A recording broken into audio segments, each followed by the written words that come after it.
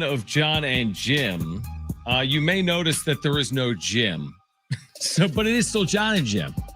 So Jon and Brent with you for the next 4 hours. We're getting you ready for Padres and White Sox. We'll get into what transpired basically yesterday. We talked about it, but the Padres loss coupled with the Dodgers win yesterday, the writing is now fully on the wall. But Jim's got the day off. I'll be with you for the next 4 hours. We have a really good show lined up, and that's not because Jim isn't here. Right. I mean, that alone isn't the reason why we have a good show lined up, Brent.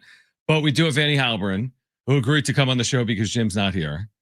And we have Kevin Acee. I haven't told Kevin that Jim's not here. I think he's fine with it, right? I think he'll be fine with it. I think he'll be fine with it. It'll be a nice surprise. Greg Camarillo will join us, the former NFL wide receiver who works here locally. You can catch him on NBC7 with Darnay Tripp and Rich Orenberger after Sunday Night Football. He'll join us coming up at 4:30. We'll preview San Diego State and Cal coming up as well. Over the course of the next 4 hours, we've got a giveaway for you as well. But I mean, you have to start obviously with what's playing out here with the Padres. 9 games to play. I mean, here's what I would say. I personally believe at this point, like most Padres fans, I'm sure believe, the division is cooked. I mean, barring something outside the realm of expectation, the division is cooked. You know, you look at the percentages and the odds, and they have maybe a couple of % chance of winning the division, but give me a break. Like, they're not going to win the division. Dodgers will win 4 or 5 or 6 of their last 9 games. Padres will lose a game or 2. And there's a very low probability that the Padres win the division. Now, with that being said, even though I'm giving up on the Padres winning the division, I'm not giving up on the Padres. And I want to make that distinction clear because I see a lot of the social media chatter, whether it's the wrap-up show, Jon and Jim, social media. Find me there at Jon Schaefer. No H in my first name, by the way. And a lot of it is, they're not even going to make the playoffs. Well, that's obviously ridiculous. They are going to make the playoffs. They have a 99.9% chance of making the postseason, according to Fangraphs. But there's also this belief that, well, if they can't beat the Mets, how can they win in Wrigley Field? Or if they can't beat the Orioles, how are they going to win in the postseason? And I've tried to make this point, and I'm going to continue to try to make this point. You can't draw correlations in baseball like we do it like in college football sometimes. What's that called? When you're like, well, Alabama lost to Tennessee, and Tennessee lost to Southern Miss, and Southern Miss lost to Wofford, and Wofford lost to the University of Phoenix Online. Therefore, the University of Phoenix Online is the national champion. What's that called? I have no idea. I know you guys know what I'm talking about. Like someone put in the chat if you're watching right now on YouTube, but you get the point. Whatever that's called. Baseball's not like that. The teams that win 100 games lose to the bad teams because they lose 60 times. So, like, the team that wins the World Series likely lost to the Colorado Rockies. Padres have lost to the Rockies.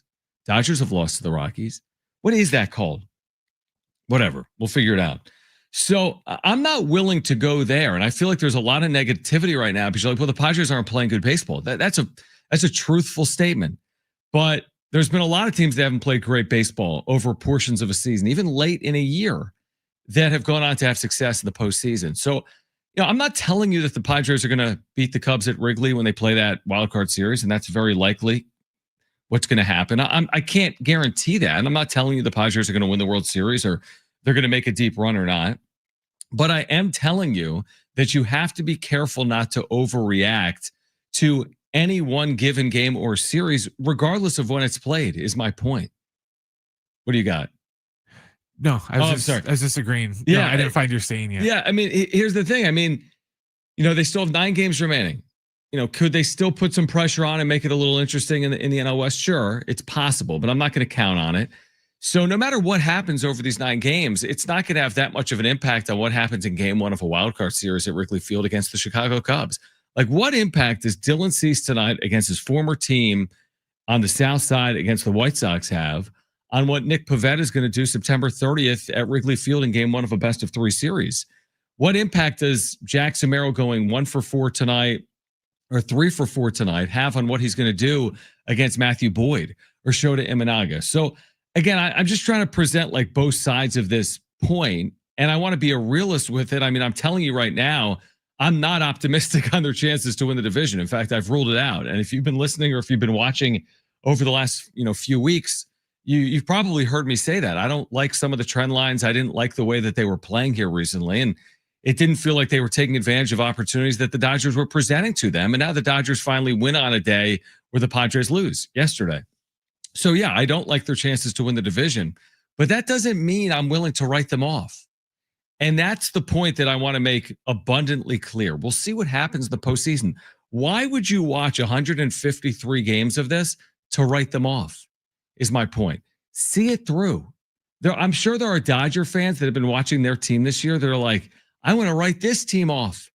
They've played poorly. They haven't scored. Their bullpen's been a mess. But you can't do that because the season is long and someone's going to win the World Series. I mean, you could go to Fangraphs right now. There isn't one team with a better than 14% chance of winning the World Series. Not one of them has a better than 14% chance of winning the World Series. You know what that means? All of the teams are unlikely to win the World Series. They all have an 86% chance of not winning the World Series. But guess what? Someone will, in fact, win the World Series. It's like that's the beauty of sports. It's kind of like a gym fact, by the way. So, here's the thing. In the NCAA tournament, you think you know, and then you have no idea. If you've watched recent baseball playoff history, there have been all kinds of bizarre results. Dodgers losing to the Padres and the Diamondbacks in back-to-back years. 6 seeds advancing in the wild card round. 6 seeds making World Series, like the Phillies did a couple of years ago, or 5 seeds making the World Series, like Arizona did a couple of years ago. So, again, am I the most confident I've been about this team over the course of the 2025 season? No, I'm probably not. But then again, what does confidence and momentum necessarily buy you? Go back to 2024. I couldn't have been more confident in the San Diego Padres at this time in the year. They couldn't have had more momentum, truthfully, by and large. I mean, could you have asked for more than 43-19? That was their record over their final 62 games. They went 43-19 over their last 62 games. Could you have asked for more than that? Could you have asked for more than a 2-1 lead in a series against the LA Dodgers and playing game 4 at home? You couldn't have. So, and despite all that, it didn't end the way everyone wanted it to end. That's a Padres fan. So we'll see. I hate to put it like that because we're, paid to kind of offer strong opinions. And my opinion is this. I think the division's out of reach. I'm a math guy. I'm a realist. I'm not going to go sell someone on something that has a 3% chance of occurring. Right? I don't think that's a good mechanism, right? I don't like selling false hope, but they don't have a 3% chance of beating the Chicago Cubs at Wrigley. I promise you that. Okay. Just because they have a 3% chance of winning the division, you could argue they got a better chance to win the World Series. And I think Fangraphs actually says that right now. So don't conflate the two or correlate the two. They may not win the division. That doesn't mean they can't beat the Cubs in game 1 of a series in 10 or 11 days when Nick Pivetta is on the mound. Someone in chat said it's transitive property. Thank you. That's exactly right. But you can't do that. You can't do it in any sport, let alone baseball, because if you did it in baseball, the Rockies would win every World Series because the Rockies have a win over the Dodgers and the Rockies have a win over the Phillies. Right? You get the point. And they have a win over the Yankees if they do. Maybe there's someone they've gone winless against, but you can't do that when you play 162 times. And I always what has stuck with me over the course of the last couple of years. I mean, I'm someone that, baseball, I've been watching it since I was 5, right? I mean, I have followed this sport as close as any sport over the last 40 years, right? And I've read on it. I've been obsessed with it at times over the last 40 years. But something that stuck with me recently is what Mike Farron said from MLB Network Radio. He probably told us it in 2024. It might have been 2023. But he said that even the best team against the worst team in a long series is not as certain to win that series as they would be in basketball or in football. As in the difference, and forget that's the best against the worst. Imagine when you put the best team in the National League against the 3rd best team in the National League, they may have a 60% chance of winning that series. 60, which means 40% of the time they don't win that series. This isn't the 1 seed in the NBA against the 8 seed. They always win the 1 seed. With almost rare exception, if there's been 100 of those series, they've won 98 of them. But in baseball, when the 1 seed plays the 4 seed or the 2 seed plays the 5 seed, they're not winning with 95% regularity. They're not winning with 85%. They're winning on margins. They win 60% of the time, 65% of the time. So, yeah, I think the Cubs will be favored. They should be. It'll be a best of 3 series, all 3 games at Wrigley Field. They've played better down the stretch than San Diego. They're going to have home field advantage. The Padres have been awful on the road against good teams. So I do think the Cubs are going to be a favorite. You could argue they'd be a heavy favorite, but guess what? A heavy favorite in baseball in a best of 3 wins 65% of the time. which means they don't win 35% of the time. And you know my very non-PC way of looking at it. You're not getting on a plane that's got a 65% chance of landing. Nobody is other than Jim. Jim's like, yeah, it sounds good. I mean, it's 65%. Like, you get 65. It's better than half, John. Yeah, it's a lot of time. You get 65% of the vote. You're going to be the president of the United States. So I would get on a plane that's got a 65% chance of landing. You don't do it. So live a little. It's going to be my point is this. Does anyone definitively know who's going to be in the World Series in the National League? Are you sitting here right now? Are you willing to bet a lot of money that it's the Philadelphia Phillies? Are you willing to bet a lot of money that it's the Milwaukee Brewers who will be here next week at Petco Park? Are you willing to bet a lot of money it's the LA Dodgers? They'll circle the wagons in the postseason. They'll flip that switch. They'll snap their fingers. They'll turn this thing on at the right time. My point is no. Nobody would be willing to do that. Look at the American League. Are you willing to bet everything on the Toronto Blue Jays?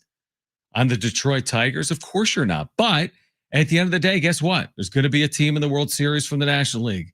There's going to be a team in the World Series from the American League, Jim Fact.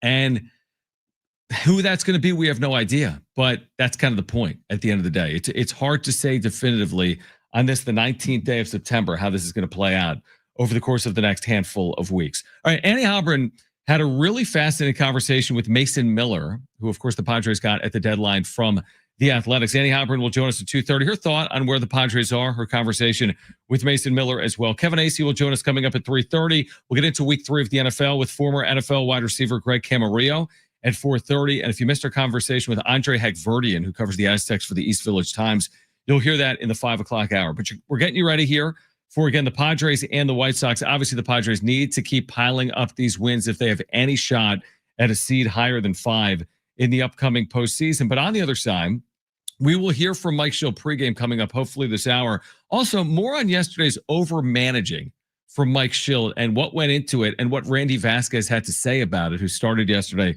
for the Padres in that loss to the Mets. This is Jon and Jim, San Diego Sports 760 and live on the iHeartRadio app.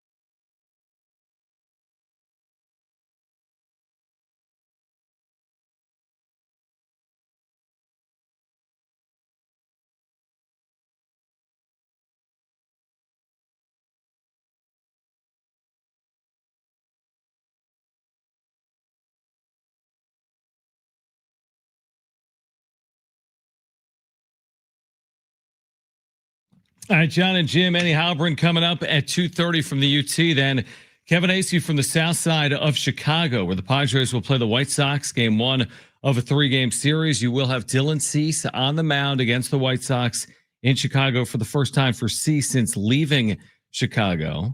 Kind of curious at Chicago weather tonight, just because 79 and cloudy. Currently in Chicago, chances of rain showers Saturday and Sunday. Padres and White Sox, and what has become obviously a series that the Padres, need to play well in if you have any hopes of anything better than a number 5 seed. Again, I'm not going to sell you on it. I'm also not going to tell you if they sweep this series, they're going to win the World Series. If they take 2 out of 3, they can't.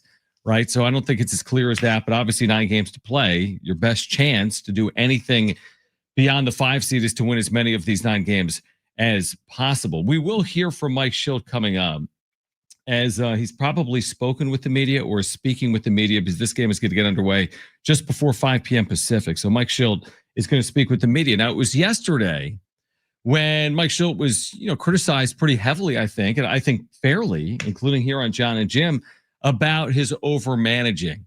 And what I mean by that is he was uber aggressive with 10 games to play, kind of sensing that his team needed to win a game. They were chasing the Dodgers. They're running out of opportunities. And all of a sudden, you're in a 1-run game in the 3rd inning, and you pull your starting pitcher, Randy Vasquez, and it completely backfires because Wandy Peralta, the next batter he faces, he allows a 3-run home run. So from a 2-1 deficit to a 5-1 deficit, Padres never really threatened because they didn't score more than 1 run in the game. Shoot, they might have lost either way, no matter what Shildt decided to do in that spot. Now, we mentioned this late in the show yesterday, although we didn't find it until later in the show, and I'll ask Kevin about this when he joins us in about an hour. What surprised me is what Randy Vasquez said about it postgame publicly, because Mike Shildt was like, hey, listen, 10 games left. We understand where we are in the standings. We've treated these last couple of games like they're playoff games. We're going to be aggressive. We're going to go to our bullpen more freely. I mean, shoot, 2 days ago, he didn't let Nick Pivetta get through a 5th inning. And Pivetta's been his ace this year. Now that ended up working out. The bullpen did its job and the Padres won that game. But yesterday with Vasquez, I mean, we've seen Vasquez not work deep into games. That's been the formula with the really good bullpen. He goes 4 2/3, or he goes 5 innings, and then you turn it over for the final 4 innings or 4 1/3 innings. But 2 1/3 innings was pretty shocking yesterday. And then Vasquez had this to say postgame. He said, I didn't really expect to go just 3 innings today. I really wanted to take care of the bullpen as much as possible. I wanted to go longer than I did, but that's just a decision by the manager, and that's how long he allowed me to go out there. So I think it caught a lot of people by surprise. I doubt they had some big powwow before the game, like, hey guys, like all 26 of you, come on, like get close, make sure you can hear me. We are all hands on deck, and we're going to turn the ball over to Wandy Peralta in the 2nd inning if we need to, or in the 3rd inning if we need to. I don't think that was necessarily communicated. I understand from like a front office and managerial perspective, you look at the standings and you look at the calendar and you're like, yo, we got to win. But the point I made yesterday is the point that I'll double down on today, is that you can't win. You can't overcome a 2 or 3 game deficit in one day. So like chasing is dangerous because you're putting your team in a situation where you're not equipped to really deal with.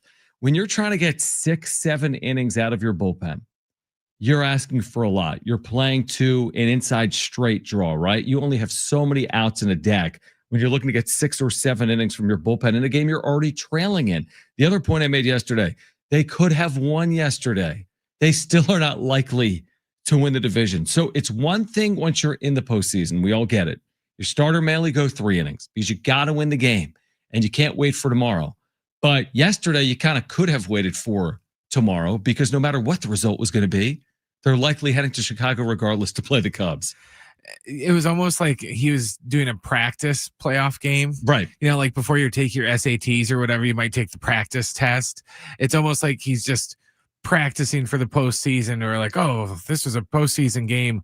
I'd yank him out right now. So I'm going to try that right now and see what happens. And that's just kind of what it felt like, to where he was treating the whole game pretty much like we joked yesterday, like it was game 7 of the NLCS or something. Yeah. To that point, on yesterday and the way he treated it, I have felt that way for the last month about the way he's going about managing these games. The main point is they'll get a guy on and they'll be in Colorado and it's like August 30th and they'll bunt him over.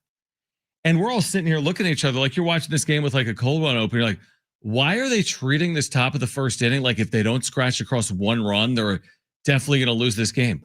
Like sometimes live a little, like play for a larger inning. If it doesn't work out and with your leadoff base runner, some dude grounds into a double play, it's okay. There's 8 more innings. You're playing the worst team in baseball. Like you don't have to be so precise. You don't have to treat every single out or inning or advancement like it's the end of the world until it is. Like you're going to get to Wrigley Field and there will be more of a priority on cashing in on opportunities with runners in scoring position or holding small leads or moving runners or good situational hitting. But just because, so you're going to situationally hit and move guys along at Coors Field because it's going to better set you up for Wrigley Field 6 weeks from then, hypothetically speaking.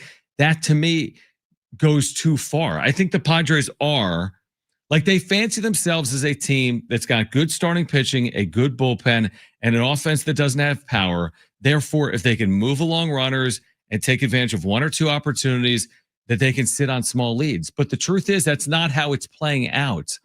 Their starting pitching is allowing as many home runs in baseball as any team here recently. That's anecdotal, but it's got to be true.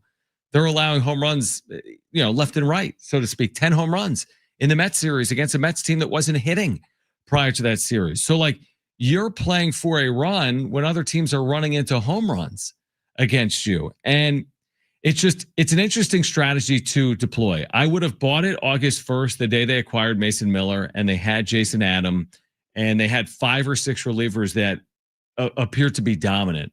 But that's no longer apparently the case. You don't have Jason Adam moving forward. Some of your high leverage relievers have not been near as effective as they were earlier in the year for whatever reason. Maybe it's overusage. Maybe it's wear and tear of a year. Maybe it's health. I don't know what it is fully. And I've made this point a lot over the last couple of weeks when the Padres have not played well over the last couple of weeks, that you're not going to be able to just get a 2-1 lead in the 4th inning and win every single game 2-1. Like that's not how it's going to work in the postseason. And we've seen that play out right now in the regular season. So the offense is going to have to lead the way to some extent. And the starting pitching is going to have to be better. And that starts once again tonight with someone like Dylan Cease on the mound against this lowly White Sox team on the south side here of Chicago. We'll take a timeout. We'll talk more about it with Annie Heilbrunn. She caught up with Mason Miller in the UT today. We'll learn more about that conversation. We'll look ahead to these final 9 games, and we'll get her reaction to all things Padres on the other side. So Annie Heilbrunn from the UT will join us. Kevin Acee at 3:30 from Chicago. This is Jon and Jim, San Diego Sports 760, and live on the iHeartRadio app.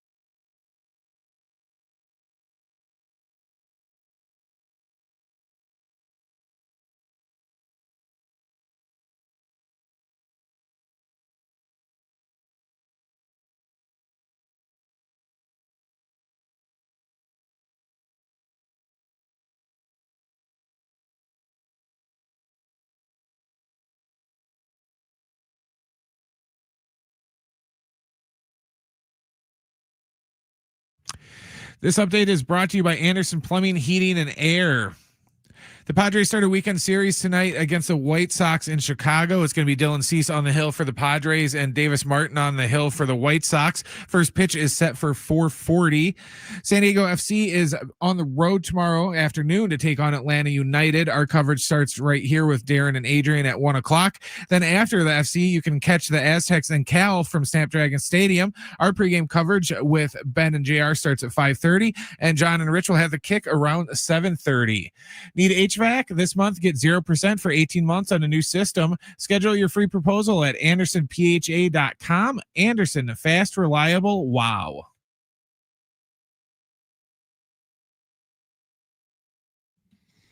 All right, Jon and Jim, San Diego Sports 760. It is always a great time to connect with Annie Heilbrunn from the UT, who joins us without Jim. So you can stick around as long as you want, Annie, truthfully. I mean, if you want, if you got 3.5 hours, no, I'm kidding. First of all, it's great to have Jon you. and Annie show today. Yeah. No, that's just today. We haven't told you. All right. So you caught up with Mason Miller, right? And I found this conversation to be really interesting. It's in the UT if you want to check it out for our listeners. And I'd heard a little bit about this, right? He found out he had diabetes, and that kind of changed his like pitching career, right? Like if not for a diabetes diagnosis, like that was very impactful on him from a pitching perspective, right? Yeah, absolutely. And I had heard a little bit about it too, but once I started talking to him and seeing like how deep he was in a different career direction, it was apparent that like this guy was never meant to be a major league pitcher. I mean, he had homeschooled in high school so that he could take more college courses and make his load in college a little lighter. He got 2 degrees. He was headed toward a finance career. You know, he had it all mapped out, and baseball was just something he loved to do. It was his hobby, but he had a 7 ERA at a Division III school his first 2 years in college. And he, you know, had a fastball that was like maybe in the mid 80s on good days. So he was not this Mason Miller. He had lost weight. He didn't know why, but he still didn't feel like absolutely terrible. You know, he mentioned that he was thirsty, but he was 20 years old. He was in college. He just didn't really understand what was going on. But then, yeah, he got a finance internship at a local hospital, and he went to do like the mandatory employee drug test.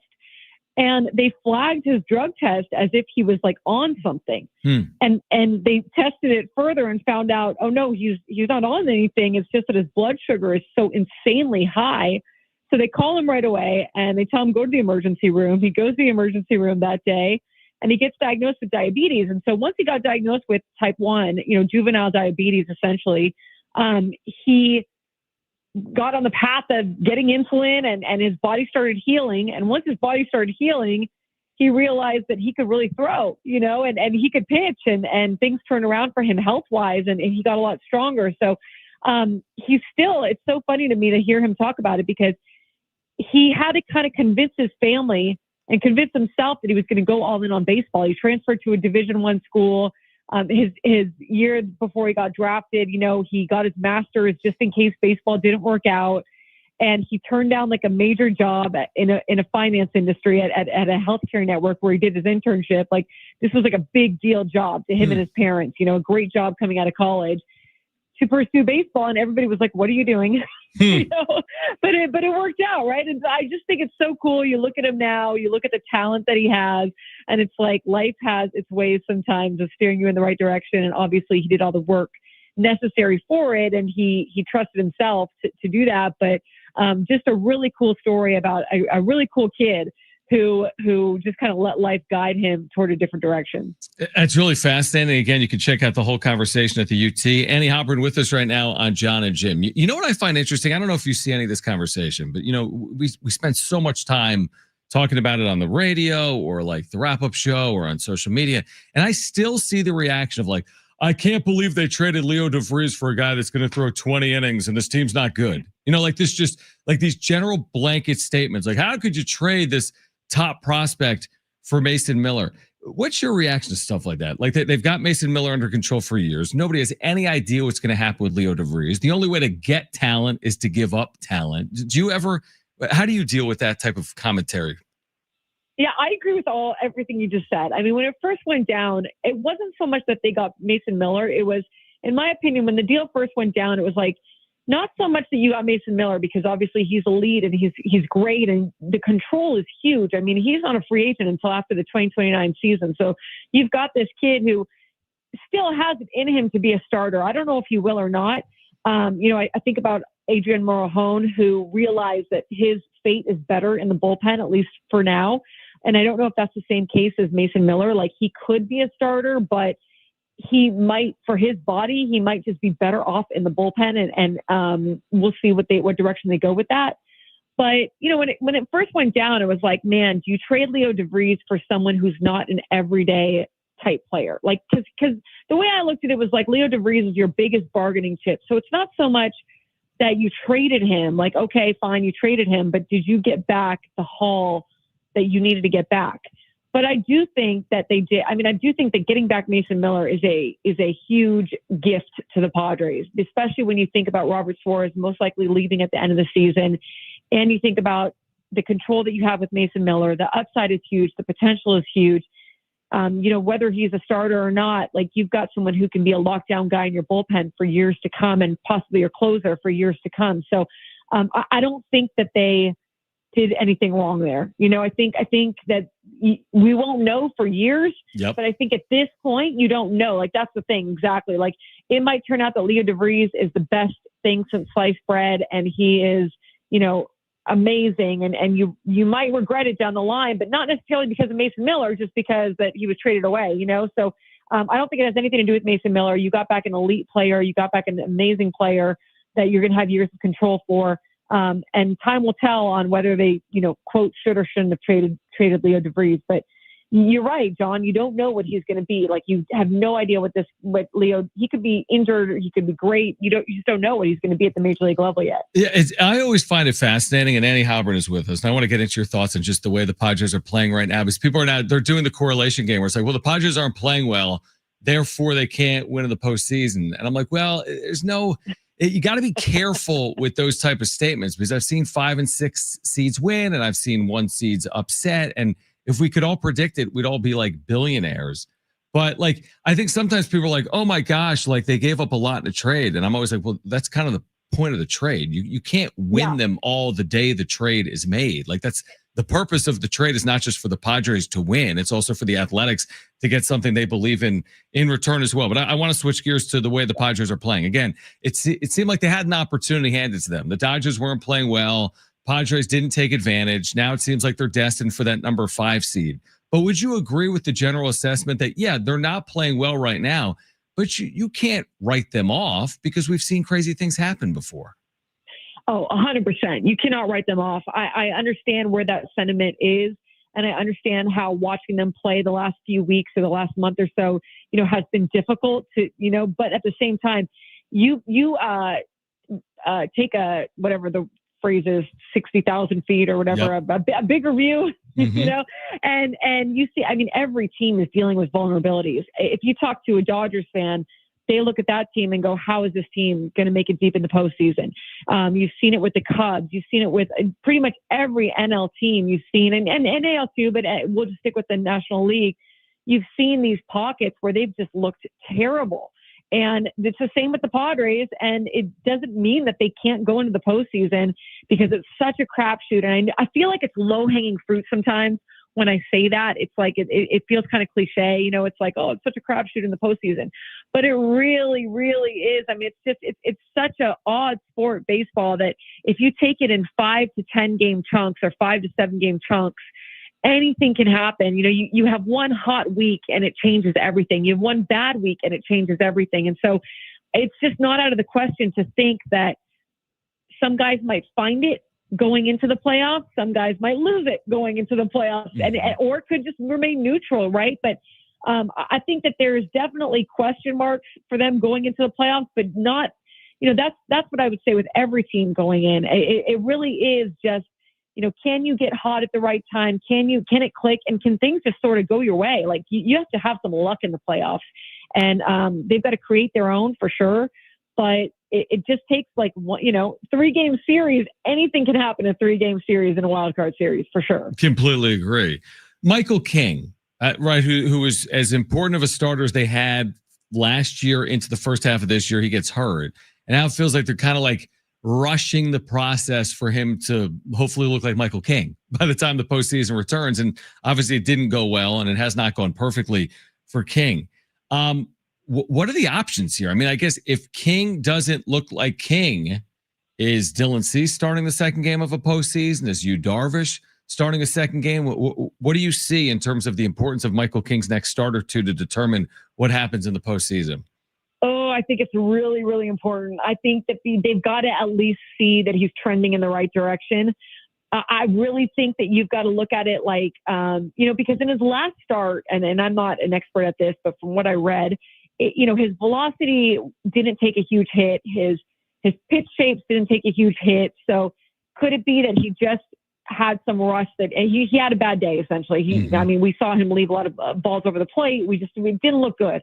But if he didn't lose the major components of his arsenal, then, and it's just a matter of execution and being able to hit his spots better and whatnot, there's a good chance that he might be able to come back out and trend well, and maybe this was just his rust start coming off the IL. Sometimes it is the second or third start that guys struggle with, so maybe that's the case. But you've got to look at it like he's got to show you in these next start or two, both starts, if he's making two, that he's trending in the right direction. Otherwise, I do think you've got to go with Dylan Cease or some combination of getting the most out of these guys, some way, shape, or form. To me, and I know it's the unpopular opinion, I wouldn't start Nick Pivetta the first game. I would start like Michael King the first game, or whoever, maybe Dylan Cease, I don't know. And because my thought process on it is, even though the first game is so important, and I see the argument that way, I think there's some stat on it that, like, if you win the first game, you win the series. I think there's a positive stat that direction. But I think you need a stopper on day two. So say you lose game one, right? I think you need your pitcher, your best pitcher, to go game two and to give you the most length that you can have to maybe rest your bullpen again. They might have another day off too. I'm not sure I didn't look at the schedule that deeply, but to make sure that game three, you've got a chance. So to me, I would go Nick Pivetta, honestly, game two and kind of live on a hope and a prayer for game one, and then try to piece something together for game three if you need it. But yeah, it's going to be a big deal. It's going to be a big deal to see how does Michael King go, and even how does Dylan Cease go. I think they're both sort of, unknowns at this point. And then for me, I would put Yu Darvish above them. I know Yu isn't at his best this season, but I still would trust Darvish over either Michael King or Dylan Cease at this point.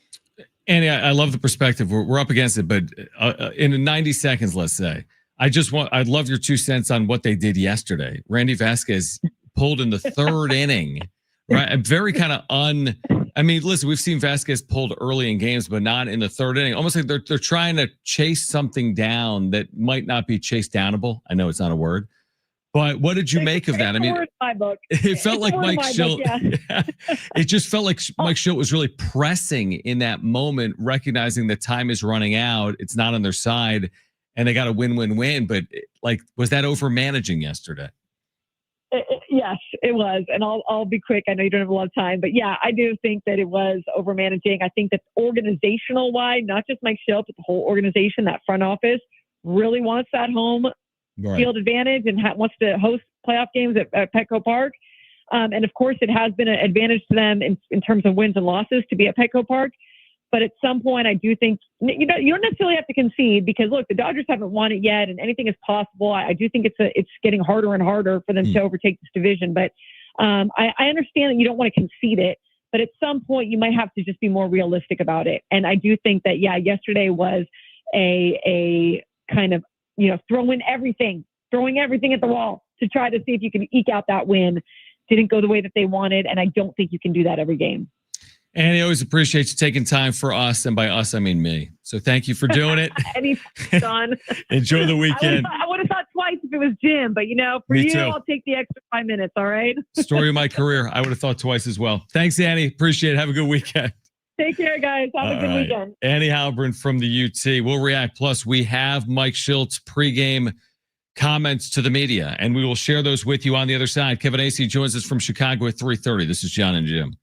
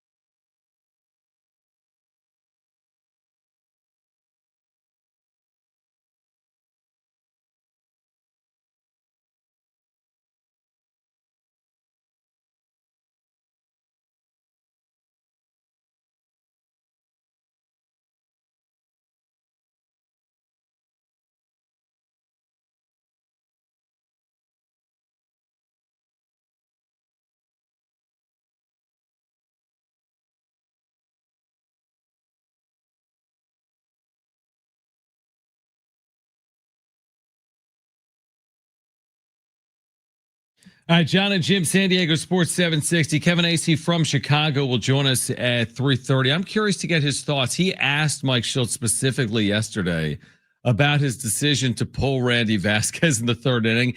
He then got a 2-minute answer where Shildt then said, "Does that answer your question?" And to Brent's point, Kevin said, "Yeah, 100%." So it's one thing to get an answer. It's another thing to get Kevin's opinion on what Mike Shildt did, even with the explanation. So we'll hear from Kevin, who will join us at 3:30. We can share the Padres lineup with you coming up.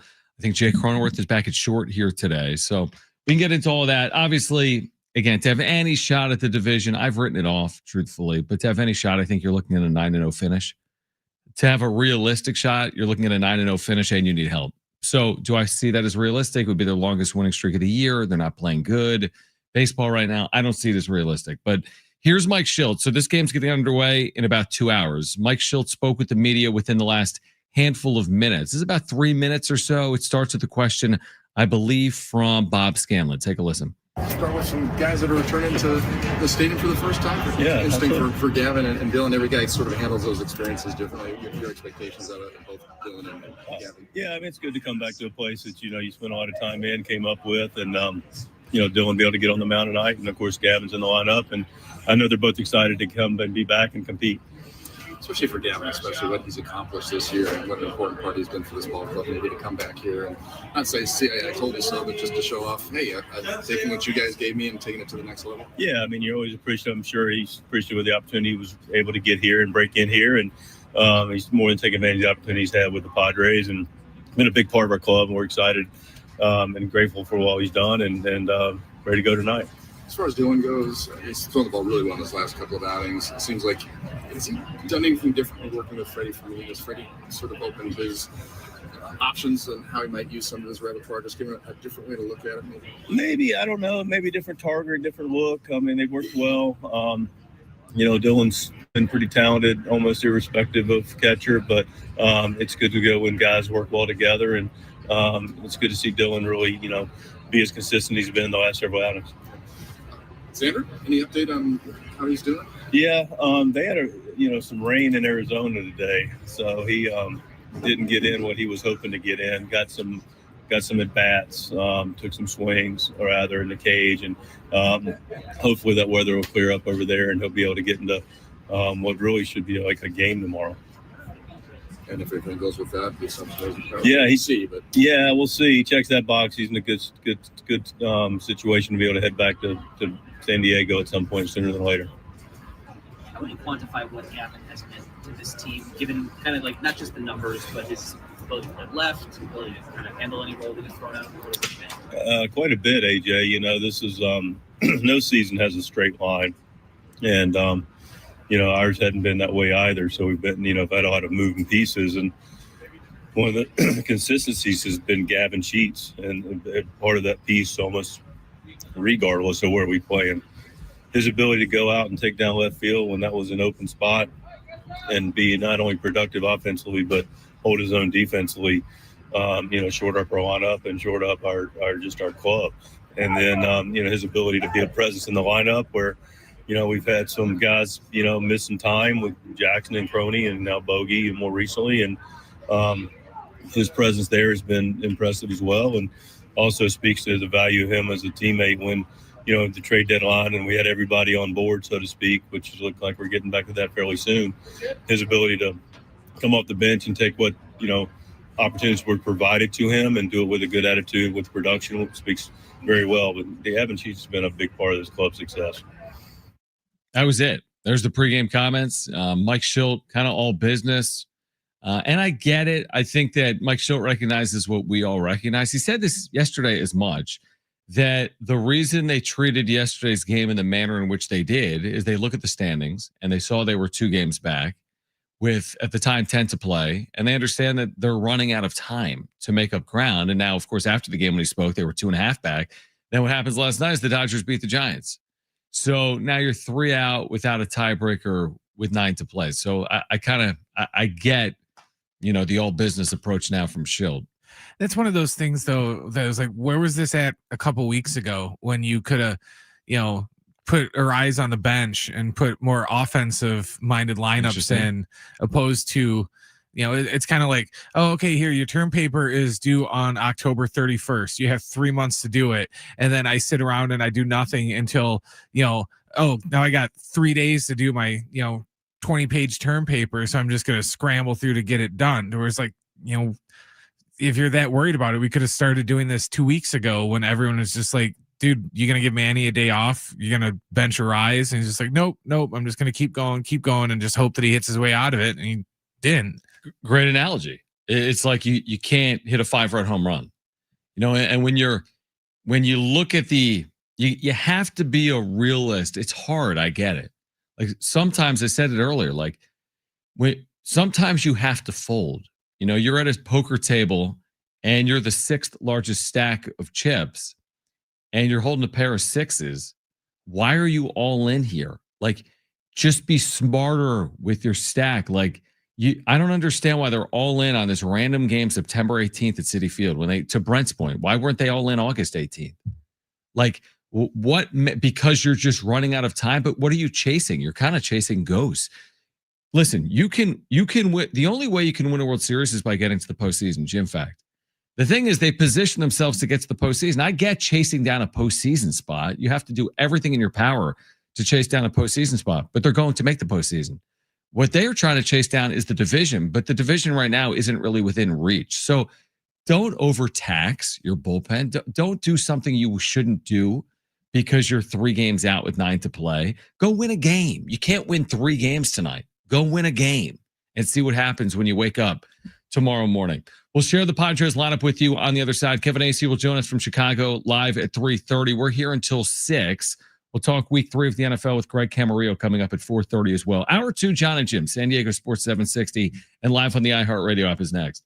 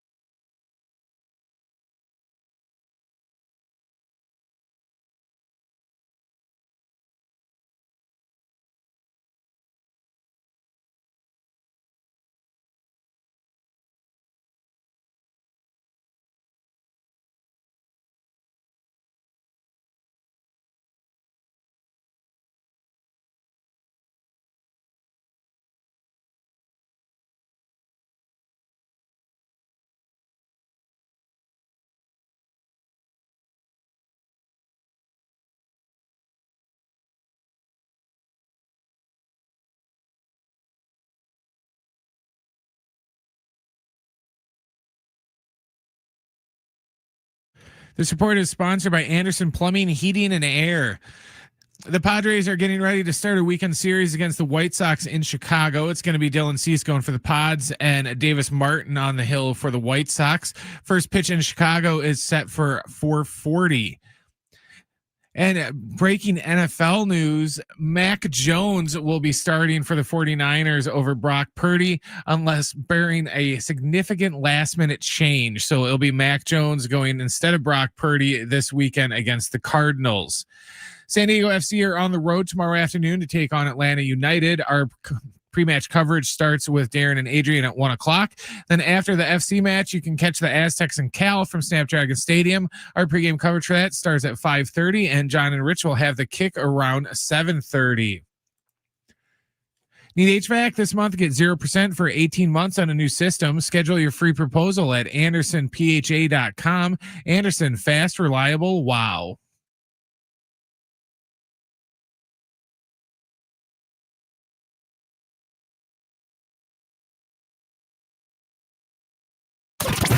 After the bye, the Aztecs are back at Snapdragon versus the Cal Bears. Yep, it's the Mountain West versus the ACC. Meanwhile, some head scratching in Mike Shilt's office after the Padres dropped 2 of 3 to the Mets. Now it's the White Sox for the weekend in Chicago. Is the NL West title still an option, or do they get ready for that wild card round? Now from the studios of San Diego Sports 760, it's Jon and Jim. All right, San Diego, Southern California, what's going on? This is hour 2 of Jon and Jim. We're here until 6. Really good couple of hours lined up for you. Kevin Acee, live from the South Side at 3:30. His reaction to Mike Shilt's decisions, what I would deem to be over-managing. And I think Kevin probably agrees with that, hence the question that he asked yesterday. Kevin will join us coming up at 3:30. Greg Camarillo. 100%. 100%. Thank you, Kevin. Greg Camarillo, former NFL receiver, will join us at 4:30. We'll get you ready for week 3 of the NFL coming up, obviously, this weekend. That kicked off last night with the Bills beating the Dolphins. And then if you missed Andre Hagverdian, East Village Times covers the Aztecs. You'll hear that conversation coming up at 5 p.m. Do we still have any of the Shildt from yesterday? The specific answer that Mike Shildt gave to Kevin? We don't need it this second, but I'll get to that in a few minutes. Because I'm curious now, where do the Padres go from here? So the reason I asked that is that what they elected to do yesterday backfired in their face. Okay, they go to their bullpen in the 3rd inning, and it doesn't work. I mean, they're never in the game. they go to their bullpen 1 pitch later, they're down 5-1. They lose the game 6-1. So it's like, well, if you had it to do over again, would you do it again over? Now, yesterday was Randy Vasquez. Today's Dylan Cease. So maybe Cease has something to prove against his former team. But listen to this. Does this have the question from Kevin? Listen to the back and forth. Kevin Acee, Mike Shilt's response to why he decided to remove Randy Vasquez in the 3rd inning with 1 out of a 1-run game. Yeah, it wasn't actually overly complicated for me. Didn't work out as planned. But, we talked last night about this being more of a playoff type atmosphere. It's a lineup more conducive to lefties. We trust Randy. We're in the 3rd. We've already hit in the 3rd, obviously. We're down 2-1. We got 1st and 3rd. And, there's always that spot. There are multiple spots in the game that you want to make sure you keep it where it is. We know that they've got their back end guys fully rested. We know their starter's going to be on a shorter leash. At that point, it's about the best matchup to get out of the inning with keeping it where it's at. Got a top 5 ground ball guy against lefties in Wandy Peralta, who I have a ton of confidence in and has rewarded that. And then we have a very high ground ball guy in Nemo. So, clearly the worst case scenario is what happened. But going out, I'm thinking, okay, just hit it at somebody, and we're at least good. If he doesn't, then okay, we'll live to tell about it with Ventos and still some favorable matchups, which you got the next 5 guys out. I also trust the fact that our bullpen's in a pretty good spot, and the guys that can hold it there are which Hart did and Yuki did. And, the leadoff walk came out to get Marinaccio, and, Bradley took his inning down. But, at that point, it's the best chance to make sure, because if you think about that 3rd, having already hit on the road, and their bullpen's fully loaded and ready to go, that really turns into the 7th. And you think about that regard because their back end guys are there and available. So not to say we can't get to their back end guys, but at that moment, it's like, what's the best chance to get out of this with no damage, and what's the best chance to get us limited damage? And we got a super high, just a really good jumps off the page matchup for ground ball, and he got a swing and put it out of the ballpark. Give him credit. That answer your question? 100%. That's amazing. This reminds me of when I asked Jones, my 6-year-old, I'm like, why did you take the candy? It's like this whole like song and dance. I'm like, no, it's not the reason. Like, you just like, give me a break. Oh, mom said this, that. No. Like, my point is he had such a lengthy explanation. It's like, you got caught with your hand in the cookie jar. Just be like, you know what? With the benefit of hindsight, we probably shouldn't have done it. Like, it's as simple as that. The answer could have been 10 seconds. You know what? I felt like it was a game we had to win in order to win the NL West. It backfired. And now that I kind of see where we are, I probably should have trusted Randy to go more than 2 1/3 innings. Yeah, but he doesn't give 10-second answers unless he's in a pissy mood. Exactly. Look at this week when he went on his 3.5-minute answer about, sack bunting. But like, here's the thing. Like, how can you say it's a playoff-like atmosphere? What he means is the playoff seeding is on the line. And I'm going to be so uber aggressive, right? I'm going to be so aggressive here in this 3rd inning. It's really like the 7th inning. That still makes no sense. That literally makes no sense. But I'm going to be so aggressive. But the next time I get a base runner on, I'm going to move him over by bunting. Like, you can't have it both ways. If you're going to be super aggressive, then you should be aggressive not just on the mound, but also in the lineup. Like, if you're going to be super aggressive, then Jake Cronenworth should have been starting at short ever since Xander Bogaerts went out, and he hasn't. It's been pulling teeth. If you're going to be super aggressive, then start the lineup that gives you the best chance of scoring the most runs, not the lineup that gives you the best chance to defend the ball. Hey, this isn't basketball, but you know what I mean? Like, he's so consumed by, hey, we got to play good defense to win. Like, no, you don't, Mike. You can't defend the home run ball. You allowed 10 of them this week against the Mets. What are you going to do? Like, you don't have the go-go gadget extended arm, although they kind of do with Tatis and Merrill and Laureano. Even that has been so absurd that if not for 4 or 5 or 6 impressive Tatis and Merrill and Laureano moments, they would have allowed 4 or 5 or 6 more home runs over the last 2 months. It would feel even more egregious. They cannot keep the ball in the yard. So ultimately, he kind of relented, and Jake Cronenworth will play short, and they'll go with a better offensive lineup. And Xander Bogaerts, by the way, could be back sooner rather than later, as you just heard from Mike Shildt there in the 2 o'clock hour. But it's just like, doesn't it feel like he's kind of like just talking in circles? I understand it. I do this for a living. So there's times you are talking in circles. There are times you're like, what? Like, have you listened to Jim before? There's times where he'll like, Jim, what are you talking about? And I'm sure I'm the same at times. But what was that recent example, Brent? Seriously, where Jim said something for like 2 minutes. Remember that? What was he talking about? So, well, if they win, they're 2 back. No, if they lose, they're 2 back. No, if they win, they're 3 back. And we all looked at each other like, what are you talking about? It happened in the last like 3 or 4 weeks. But sometimes I feel like that with Shildt, where it's like, dude, you lost the room. You don't have to go through this whole exercise with us. It's all good. That's how I feel at times, including right now. So listen, with 9 games remaining, are you saying right now, if they sweep the White Sox this weekend, you feel differently about the San Diego Padres? No, I don't think I feel differently about the Padres if they sweep the White Sox. It may be a prerequisite to put some amount of pressure on the Dodgers for the final week. Again, I'm not going to sit here all day until 6 p.m. and tell you about, you know what?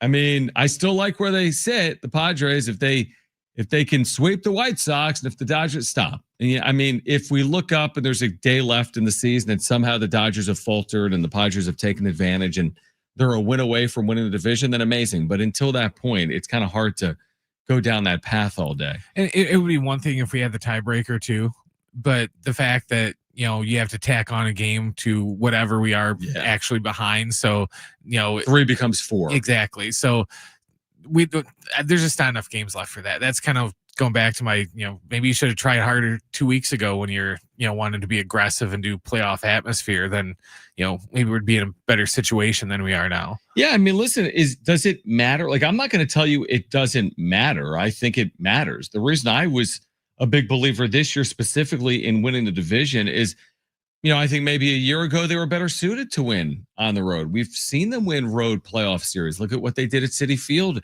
in 2022. But there's a pronounced difference between the Padres at home and road this year. For example, Kevin wrote this today, I think, in his newsletter. The Padres against teams that are currently in playoff position on the road are 10-24. Like, you don't have to say anything else. Like, the numbers do the talking. Like when I did a lot of baseball play-by-play when I was younger, I worked in the minor leagues. I don't know if I've shared that before publicly or not. But when I was younger, listen, if a guy's 3 for his last 39, you don't have to say anything else. You have to say he's really, really, really struggling. The numbers speak for themselves. If you say a player's 3 for his last 39 with 3 singles, I'm just hypothetically speaking, you don't have to say anything else. I don't have to say more other than I'm paid to say more, and we're here until 6 p.m., but you don't have to say more than they're 10-24 against playoff teams on the road. That's pretty damning. And it speaks to the importance of what they had on the line this August and September of winning this division. Because what the division meant was you're going to host a playoff series. It didn't mean, for me, it's not about they won a division. They haven't done it in 20 years. What a big hurdle they cleared. That doesn't mean anything to me. It's about what gives them the best path to win in the postseason in 2025. I'm not here to be like, hey, they won a division for the first time since 2006. Isn't that some amazing accomplishment? That's great. But the byproduct of winning the division is to get a home playoff series. The Padres are great at home and they're bad on the road. It's as simple as that, right? We could talk about it until we're blue in the face. But at the end of the day, they're great at home. One of the best teams in baseball at home. They got a top 5 record, top 5 or 6 record at home. And they're middle of the pack, if not worse, on the road. And it's more exaggerated when you look at what they've done against the good teams. There's no more chances against good teams on the road until it really matters coming up in a week or two, because they just lost another series to the New York Mets. So that's why, to me, their poor play down the stretch is so damaging. Not because they're not going to win a division. The division title is whatever. I'm not. You could win a division title and be out in the first round too. I just thought the division title meant more this time around because of how good they've been at home in 2025. I think it means a little something too, just because it's the first year in how many years that we haven't been 20 plus games out of first place for half the season. So it's one of those things where you can talk about winning something, but when it's actually in your grasp to where you can actually see it and have a chance to win it, opposed to, oh yeah, we could win the division, and then they blink and they're 25 games out, and it's just oh yeah, never mind. Right, it was there. This time around, it was there. They've had some instances of it, but it was certainly there. All right, we do have an update on Xander Bogaerts from Kevin Acee. We'll share with you on the other side. Then Kevin will join us live at 3:30 with more on Bogaerts, more on yesterday's decisions by Mike Shildt, more of this weekend series for the Padres coming up against the White Sox. This is Jon and Jim, San Diego Sports 760, and live on the iHeartRadio app.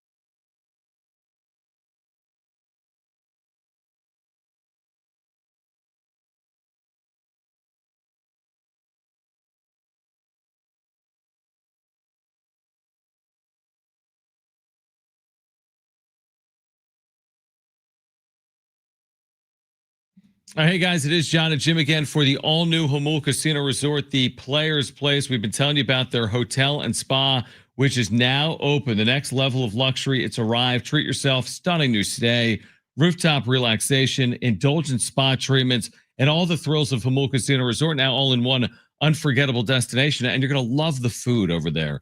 Jamul 23 has endless dining every day. You can savor San Diego's ultimate endless dining experience at Jamul 23.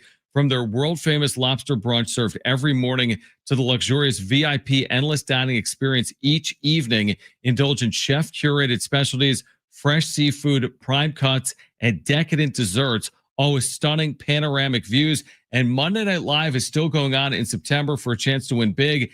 10 winners every hour, 7, 8, 9 p.m. Your odds better than ever. Onyx players receive an extra $500 cash bonus on top of their winnings, plus earn entries all month long by playing and get 2 times the entries on Tuesdays with at least $500 cash for all winners and a chance to win up to $100,000 cash. It's a promotion you're not going to want to miss, so make sure to check it out at the all-new Jamul Casino Resort, the Players Place.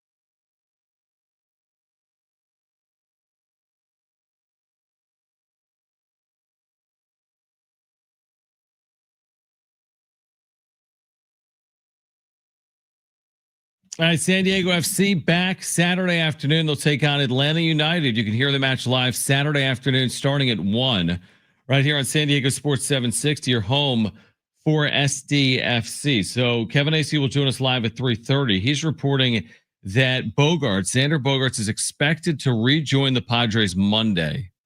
So again, you heard what Mike Shildt said, which is he wasn't able to do everything he wanted to today because of rain in Arizona.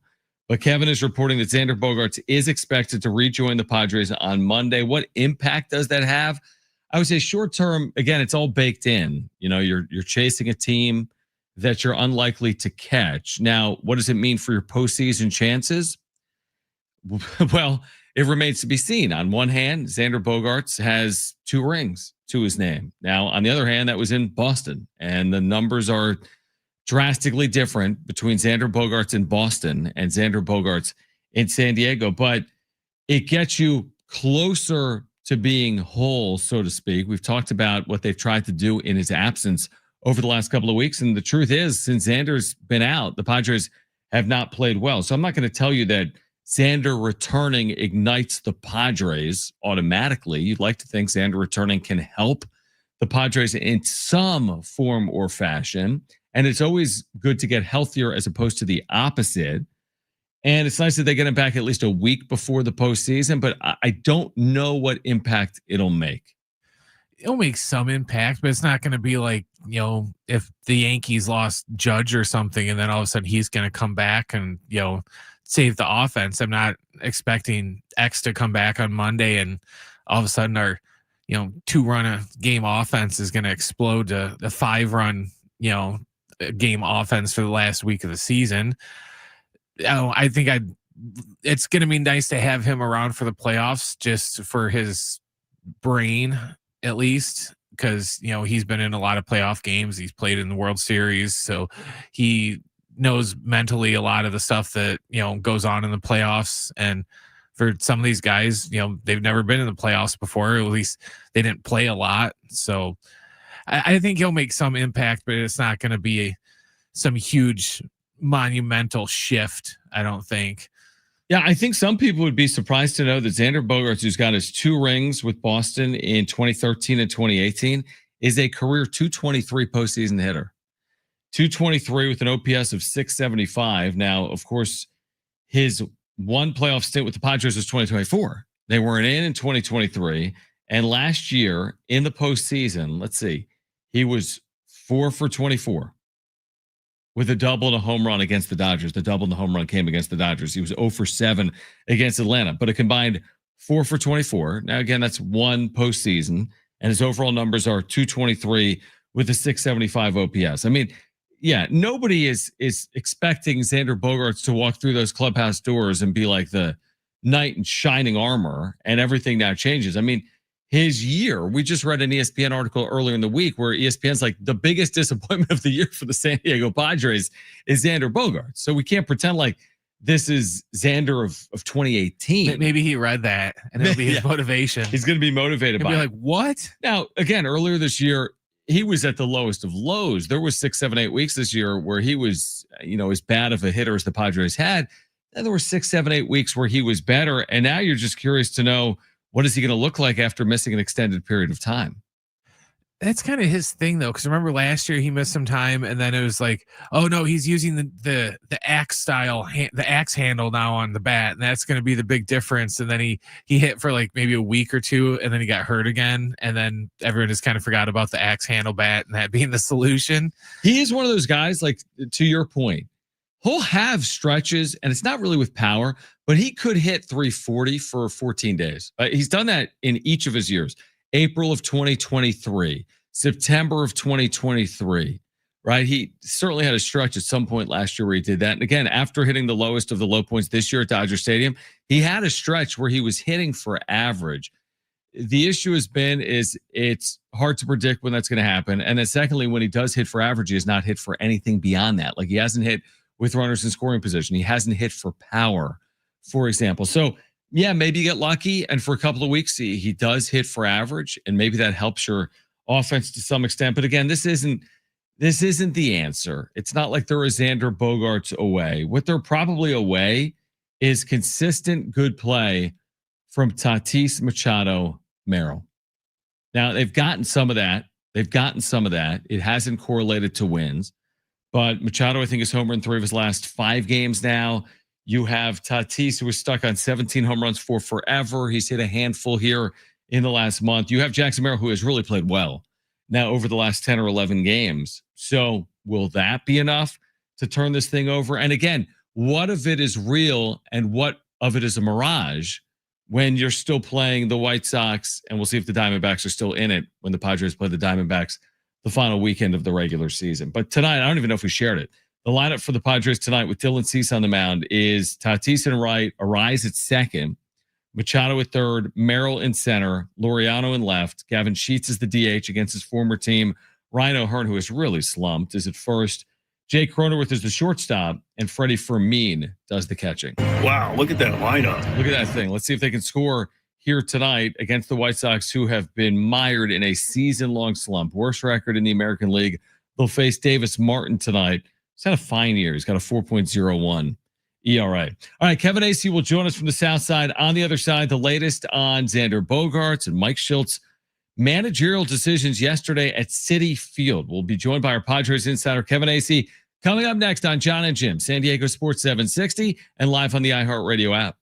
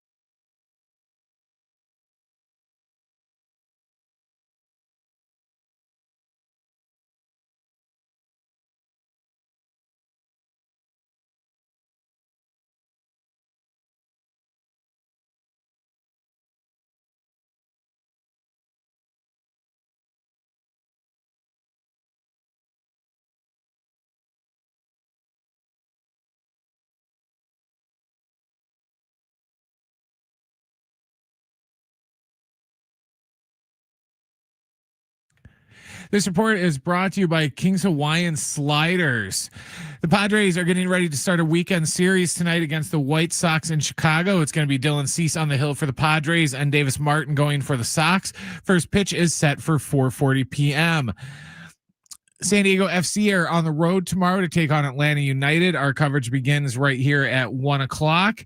And then after the FC, you can catch the Aztecs and Cal from Snapdragon Stadium. Our pregame coverage starts at 5:30. John and Rich will have the kick around 7:30.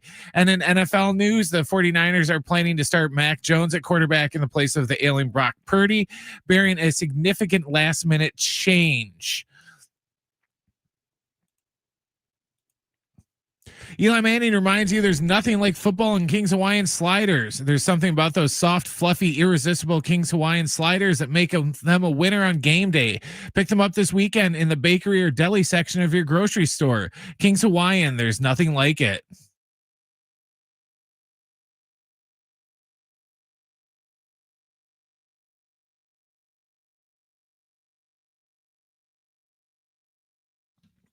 All right, out to Chicago, the South Side. Padres, White Sox. We'll get into it with our Padres insider, Kevin Acee. Kevin, it's great to have you. I've been awaiting our conversation. You want to know why? Uh-oh. You starting these with questions. I never know where it's going to go. I know. Why am I asking what we're going to talk about? Yeah, exactly. Well, no, you'll know where I'm going here. The reason I'm curious is because I want to get your opinion on Mike Shildt's explanation for the Randy Vasquez pulling in the third inning. Because you asked the question about Vasquez getting yanked with one out in the third inning, and then you heard his maybe 2-minute explanation, which is fair. But what's your opinion on what they did try to do yesterday, kind of chasing that game down in the manner in which they tried? I mean, it was curious on one hand, and then I thought his explanation explained everything, at least what his thoughts were, and that's really all you can ask of a manager. We can then all have our opinions, and then obviously we know whether it worked out or not. We don't know whether it didn't work out or not because of his decision, but obviously Wandy Peralta came in and 4 pitches later gave up a 3-run homer. It did not work out spectacularly. Here's where I'll support it, is that yesterday was a big game, and Mike acknowledged it later in that, look, what ended up happening, them losing, Dodgers winning, it's over, right? Like you're basically 4 games back and you're not catching the Dodgers. And Mike was basically acknowledging that. So big game, Randy Vasquez didn't really have it yesterday. Okay, get it. It had a little desperation to it. I don't know. I mean, Randy wasn't happy. Of course, I don't know that, the message that you sent was like, hey, we don't trust you, and also this is a game super important, guys. And I mean, you can kind of nitpick at it, but I knew what he was doing. That's about all that I can say, is I knew what he was doing. Kevin Acee with us right now, our Padres insider. You know what it felt like a little bit to me is like you can't hit 5-run home runs, like you're already in the position that you're in. You were already, even if they won that game, for example, they're still unlikely to win the division, right? Now, I'm not saying, well, you've come this far to just punt on something, but it's like sometimes you kind of have to sometimes you have to fold, as in you're going to go work your bullpen potentially for 6 or 7 innings on September 19th, when the truth is you're going to need your bullpen to be fresh 10 days from now. So I guess is the risk worth the reward when you're chasing something that's unlikely regardless of yesterday's result? If he were to do it today, because I'm with you, it was my first reaction in the press box. It was basically exactly what you just said. And that's why I'm grateful that I don't have to commentate right on in real time, because while I still absolutely see your point, and I'm not even going to argue it, because that has a lot of merit. If he were to do it again, then it would be like, oh, are you kidding me? But I do understand that I really think that in his mind, yesterday was kind of it. That they had a chance to go 1 back, because obviously the Dodgers hadn't played. Or if they lost, there was a chance they were going to go 3 back, which is really 4. And so I get where he was at. But your point is, yes, I absolutely understand that. Kevin Acee with us right now from Chicago. So you wrote this today, and I guess the the damning part about where they are, and I don't even know if that's the right word, is like winning the division. That's great. They haven't done it in a long time, but I'm less concerned about that and more concerned about what it represented in terms of, well, you're playing a playoff series at home as opposed to playing a playoff series on the road. And as you wrote today, and as we've talked about repeatedly on this show, is that they can't beat good teams on the road, and they can at home. So knowing all of that, I mean, 10-24 against playoff teams on the road. What are we all going to say in 10 days when they open a playoff series on the road? We're all going to be like, this can't, and we may be right, because usually when you have a team that has struggled at the end and you have a team that, has been so overwhelmingly not as good on the road and all these other things that are going in, their offense struggling, their pitching, if it continues to go like this, then we're all going to have, I think, a unanimous voice that, oh boy, this could be real short stay. And then, as I've said many times, there are almost every season, there's at least one playoff outlier, not necessarily a World Series champion, but sometimes a World Series champion. And we don't have to go back too far, the 2023 Rangers, to find that team that defies that. And I will say this, and believe me, as the guy who's had to find new ways to talk about this team when September has been freaking Groundhog Day. Yep. It's hard because I'm in the weeds of how badly this team is playing, and I have to really search hard for context. I will work really hard to remember and to point out they still have these players that not that long ago went, what was it? Was it 19-7 or something like that? And we're beating good teams that they still have that team. They still have those players. I still think this team could go really far in the postseason, but I don't have any evidence to give you right now other than to say baseball. No, I completely agree with you. I started the show today by basically saying as much, which is I'll write off the division, but I can't write off the Padres. They're two different things. They may have I'm making it up, a 3% chance of winning the division, but they don't have a 3% chance of winning a playoff series in Chicago. That's ridiculous. That's not how baseball works. I mean, even if you're a heavy underdog, maybe you've got a 40% chance of winning a series, but a 40% chance, I mean, that still isn't incredibly unlikely, I guess is my point. Now, they're going to need a second starter to emerge. And are they still, I guess my question, we've talked about this maybe 2 days ago. Do you think they're still auditioning a second starter, so to speak? Like if Cease throws well today, or if Darvish throws well down the stretch, would it be likely to be a Cease or a Darvish above a Michael King? I don't think so unless Michael King comes out on Sunday and what has not corrected, whatever mechanical flaw, whatever sight issue, whatever was the problem with the fastball command. And, maybe there were some pitch choices that he made, whatever. I talked to him yesterday, that he would change or whatever, but really fastball command. And there's obviously that's every pitcher, but Michael King, it really is important. And, if he doesn't fix that, and now you're going in, because really, when you're talking about starting to line up your rotation, you're not waiting for Michael King's next start. It's happening after the Chicago, right? They're going to clinch Sunday or Monday probably, and maybe Tuesday.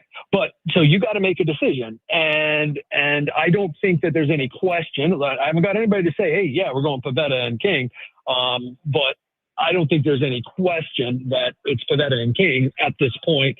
Now, I think Sunday, I don't think that Dylan Cease dominating the White Sox or getting rocked by the White Sox, first off, it's going to surprise anyone either way. And I don't think it really tells you much. But what did Michael King's pitches look like against the White Sox? That is, I think, a big deal. Yeah, it's well said. Kevin Acee with us right now, our Padres Insider. So you've just reported on this, but what is the latest here on Xander Bogaerts and his potential return? Bottom line is this: Xander Bogaerts is probably back in the lineup Monday. Okay. I've gotten conflicting reports. I must credit Twitter on this. Now, Mike Shildt didn't say Monday, but he said San Diego. And I had just talked to someone who said, look, he's going to travel on Sunday, come back to San Diego and be there on Monday. But Mike Shildt said it rained in Arizona today and Xander had to work in the batting cage and didn't get on field work. Well, then supposedly on Twitter, I get a reply that says he played in one of the Bridge League games. So I got to find out. Was Mike Shildt, did he get bad information? What was the story? Why is Mike Shildt telling us it was raining and Xander didn't get to do anything today? Yeah, it was kind of interesting. But the bottom line, either way, He's coming back Monday. All right, so Xander will be back, which is good news. Again, we've always talked about the importance of their health. It's one of those things that, it's hard to predict, but to get healthier is obviously preferred, and we'll see what overall impact that it has. Now, you wrote today as well about, Ryan O'Hearn, who has really been mired here in a slump over the last couple of weeks since coming over to San Diego. What does he say about the struggles that he's currently experiencing? There's some mechanical stuff that, quite honestly, I kind of understood and kind of didn't, and really writing it wouldn't have done any good. But there's some mechanical stuff where he's just not feeling what he's doing. And that's from other people too. And, one of those things, right? Like one of those slumps, he was kind of in one. Of course, he wasn't playing very much. So it was a little understandable, or at least we thought it was early when he got here, and then he got hot. And so maybe he'll get hot again. But they seem to be, it's funny. You look at some of his hits, his balls in play, until he struck out both times up the other day. It didn't look very good at all. You thought, oh, wow, he's hitting the ball hard. He's not.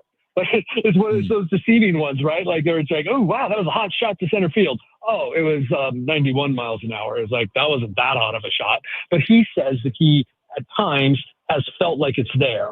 And that he just feels like it's a bad luck kind of thing. But I also know that there are some mechanical things where there's times up there that I guess, like all these guys will say, there's times up there that they feel like they've never hit before. Yeah, 100%. Before you go, the next day, boom, 4 for 4. It's an amazing sport. But before you go, is this one of those series where it's like, if they sweep the White Sox, everyone will just say, well, they had to sweep the White Sox. And if they don't sweep the White Sox, everyone will say, well, how could you not sweep the White Sox? Sure, especially the time of year and the importance and all that.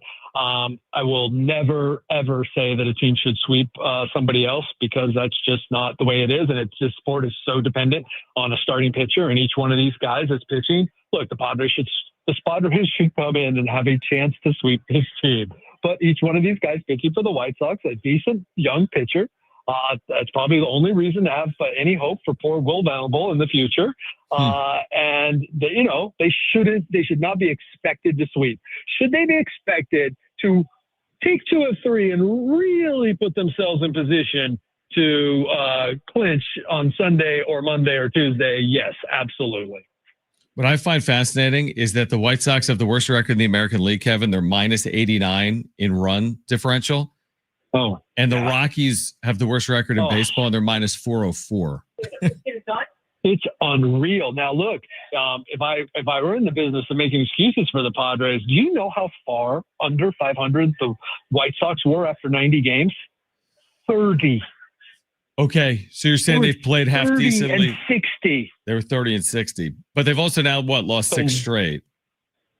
Yeah, so way late, but right before that, just after the Padres went to Minnesota and dropped 2 of 3, guess where the Twins went and lost 4 in a row? Then the Tigers slide began with the White Sox, and then they beat the Rays 2 of 3. Now they've lost 6 straight. All of that is just you and I just guffawing, because none of it matters. The Padres should come in here, win this series, and either clinch or be on the verge of it when they come home. Did I use the line with you recently? And I'll let you go. I used it with Jim, and Jim's mind was blown. Maybe it was where I said, where you just said, you can't predict baseball. It's like the Shakespeare, life is a tale told by an idiot, full of sound and fury, signifying nothing. Isn't that baseball? It doesn't even, what we're watching, it may or may not be relevant come October. And we all fall into this trap of, we know this or we know that, and including people in the game fall into it. And then sometimes, let's be honest, players, managers, and other people in the game use what you just said as a crutch, right? Baseball. Yeah, it's baseball. Okay, guys, but let's be honest, you suck right now. But yes, here's what I tell people about my job. The reason I love it, it's the same thing every day, and I never know what I'm going to see. That's exactly right. Enjoy the pizza if you're going to have any, and we will catch up with you in San Diego for the Brewer Series. Right on. Talk to you later. Great stuff from Kevin Acee, our Padres Insider. We react on the other side. The wrap coming up at 4 p.m. Greg Camarillo, our NFL Insider, former NFL wide receiver, will join us coming up at 4:30. This is Jon and Jim, San Diego Sports 760, and live on the iHeartRadio app.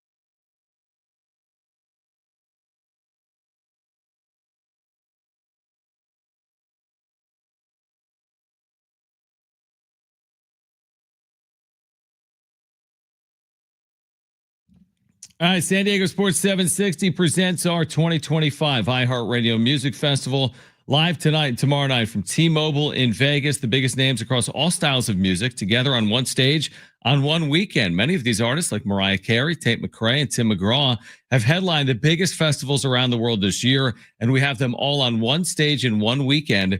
Experience the show live all weekend long. Stream it only on Hulu and listen on iHeartRadio tonight and tomorrow starting at 7:30. Sponsored locally by STK Steakhouse.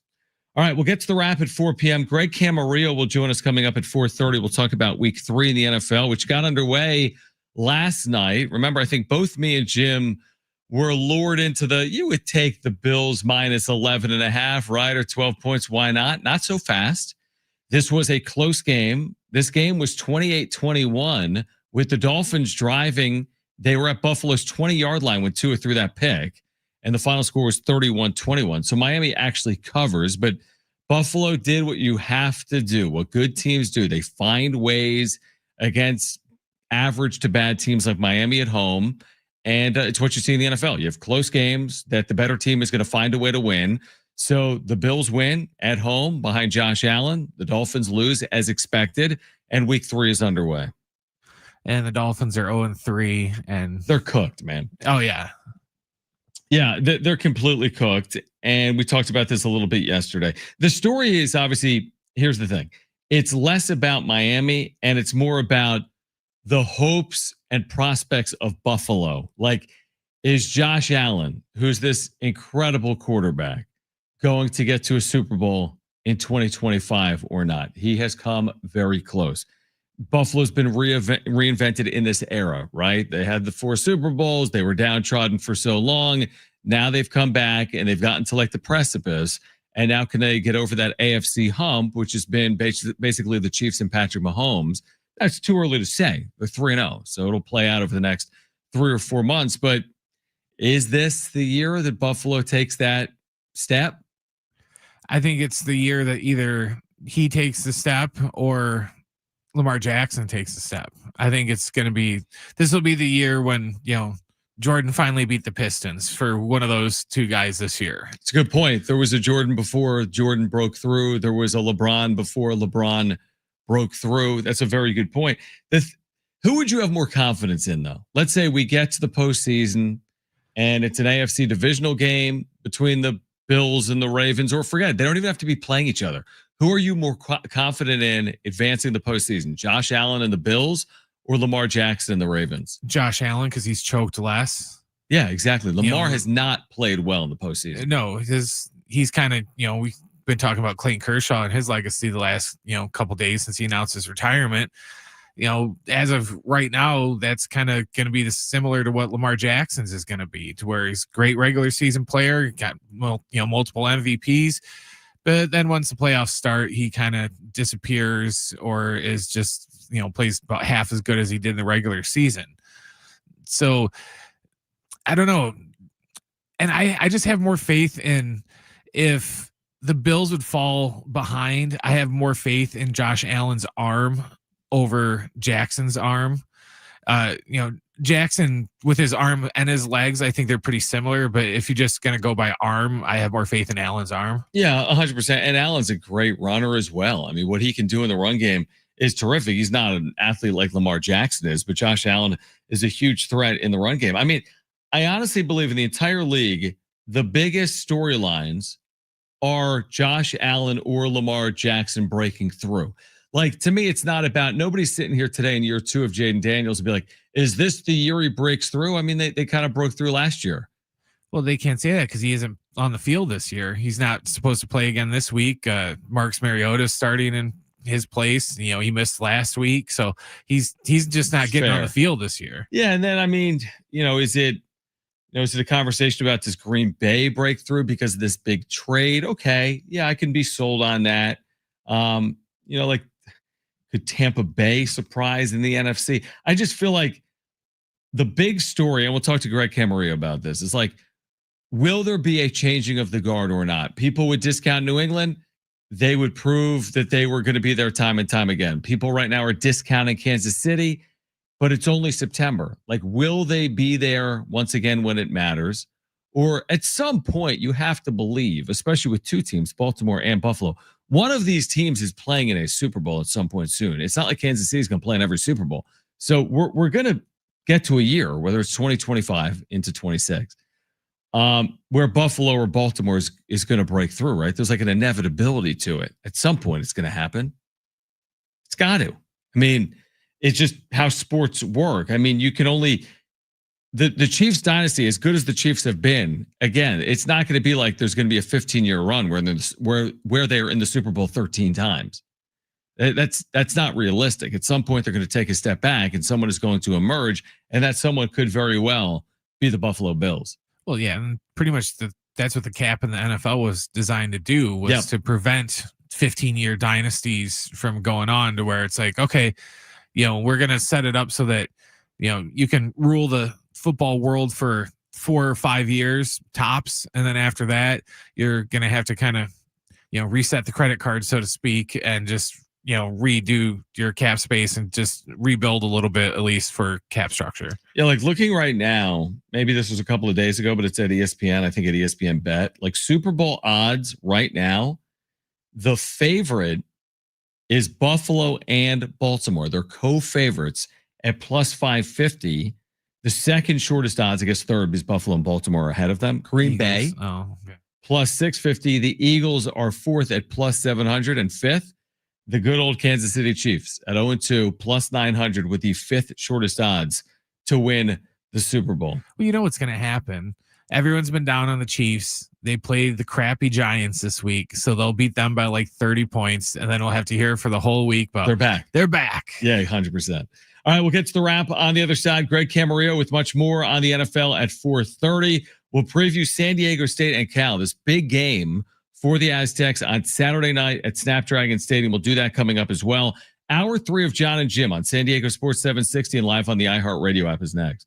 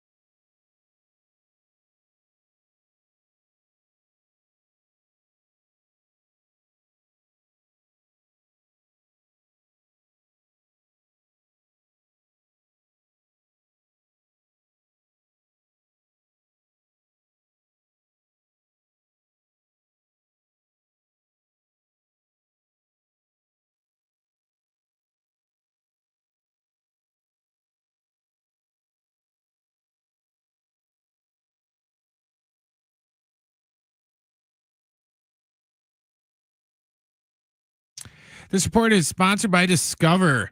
The Padres are in Chicago to start a weekend series against the White Sox tonight. It's going to be Dylan Cease going for the Padres and Davis Martin going for the White Sox. First pitch is set for about 40 minutes from now at 4:40. In NFL news, Mac Jones is going to start over Brock Purdy for the 49ers for the second week in a row against Arizona. And make sure to catch the San Diego FC tomorrow on the road as they take on Atlanta United. Our coverage starts right here at 1 o'clock. Then after the FC, you can catch the Aztecs and Cal from Snapdragon Stadium. Pre-game coverage starts at 5:30, and John and Rich will have the kick around 7:30. Guess what? Discover is accepted at 99% of places that take credit cards nationwide. You heard right, 99%. If you don't think so, maybe it's time to face facts. You're stuck in the past. Based on the February 2024 Nielsen report. Learn more at discover.com/credit card.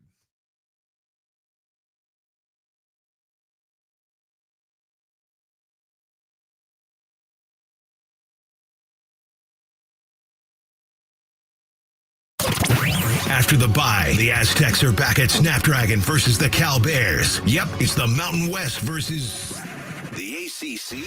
Meanwhile, some head scratching in Mike Shilt's office after the Padres dropped 2 of 3 to the Mets. Now it's the White Sox for the weekend in Chicago. Is the NL West title still an option, or do they get ready for that wild card round? Now from the studios of San Diego Sports 760, it's Jon and Jim.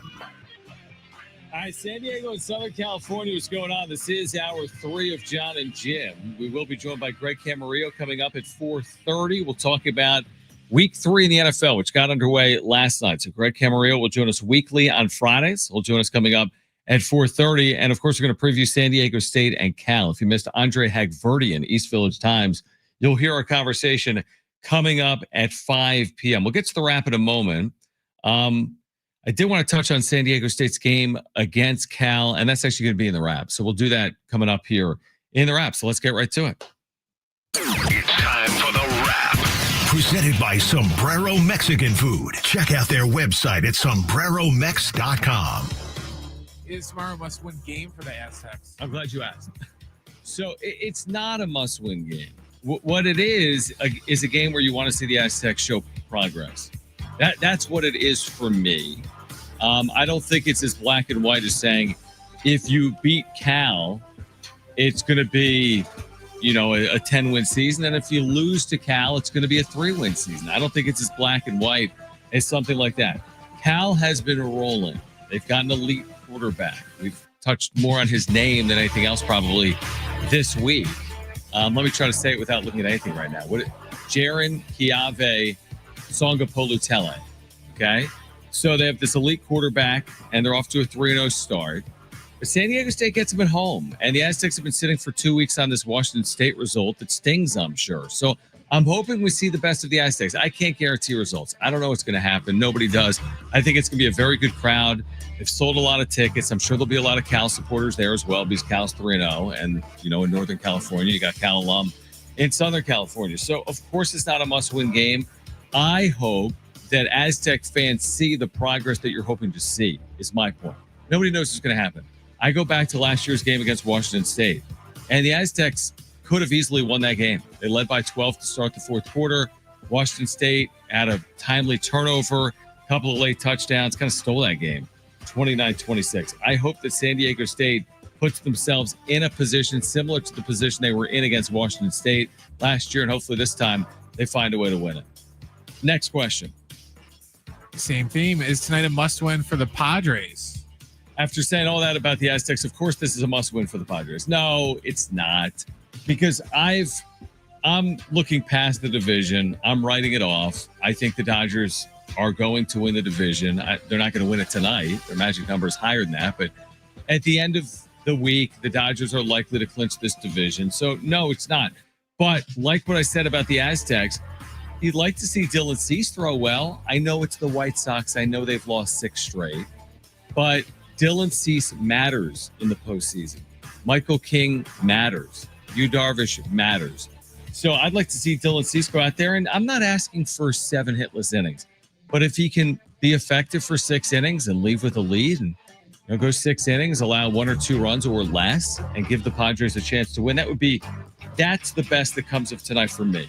Yes, you want to see the offense, but for me, it's more about Dylan Cease than it is the offense. You'd like to see the Padres win this game, which is 9 games to play in the regular season, but no, it is not a must-win game tonight for the Padres because I'm resigned to the fact that I think the Dodgers are going to win the division. Next question.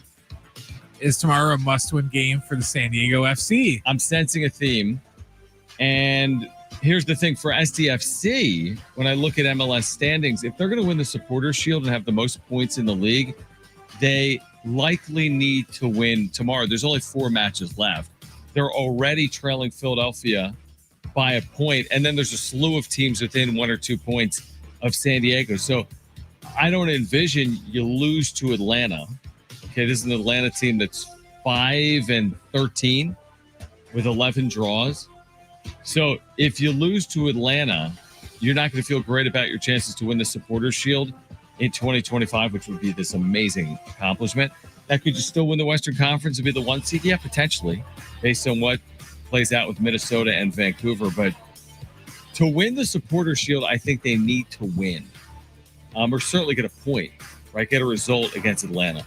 So, yeah, it's close to a must-win from a Supporters Shield perspective for SDFC with 4 matches to play, 3 of them on the road. And they've been great on the road, by the way. Next question.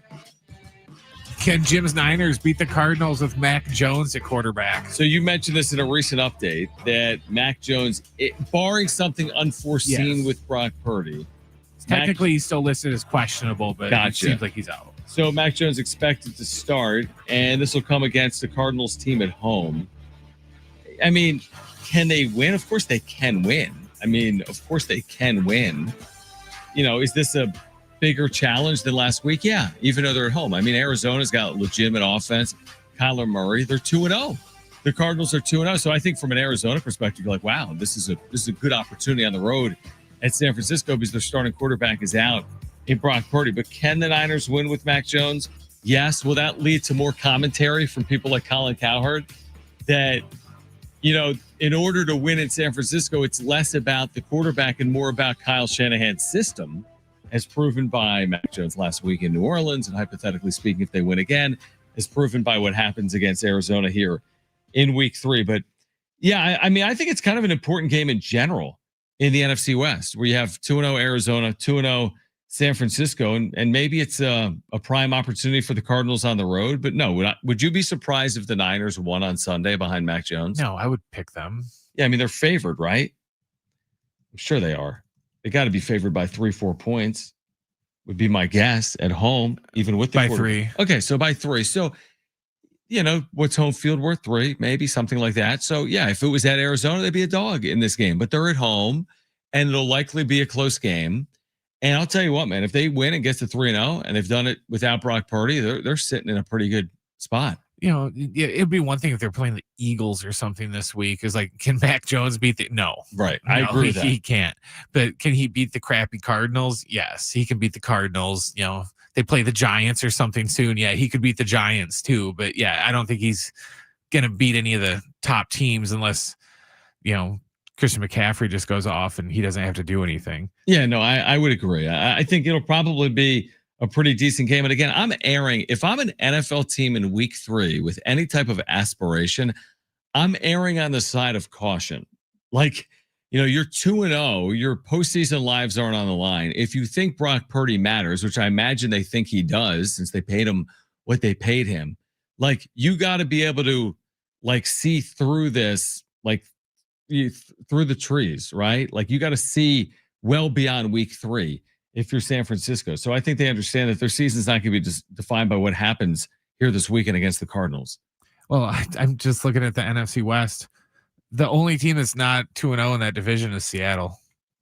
Is that right?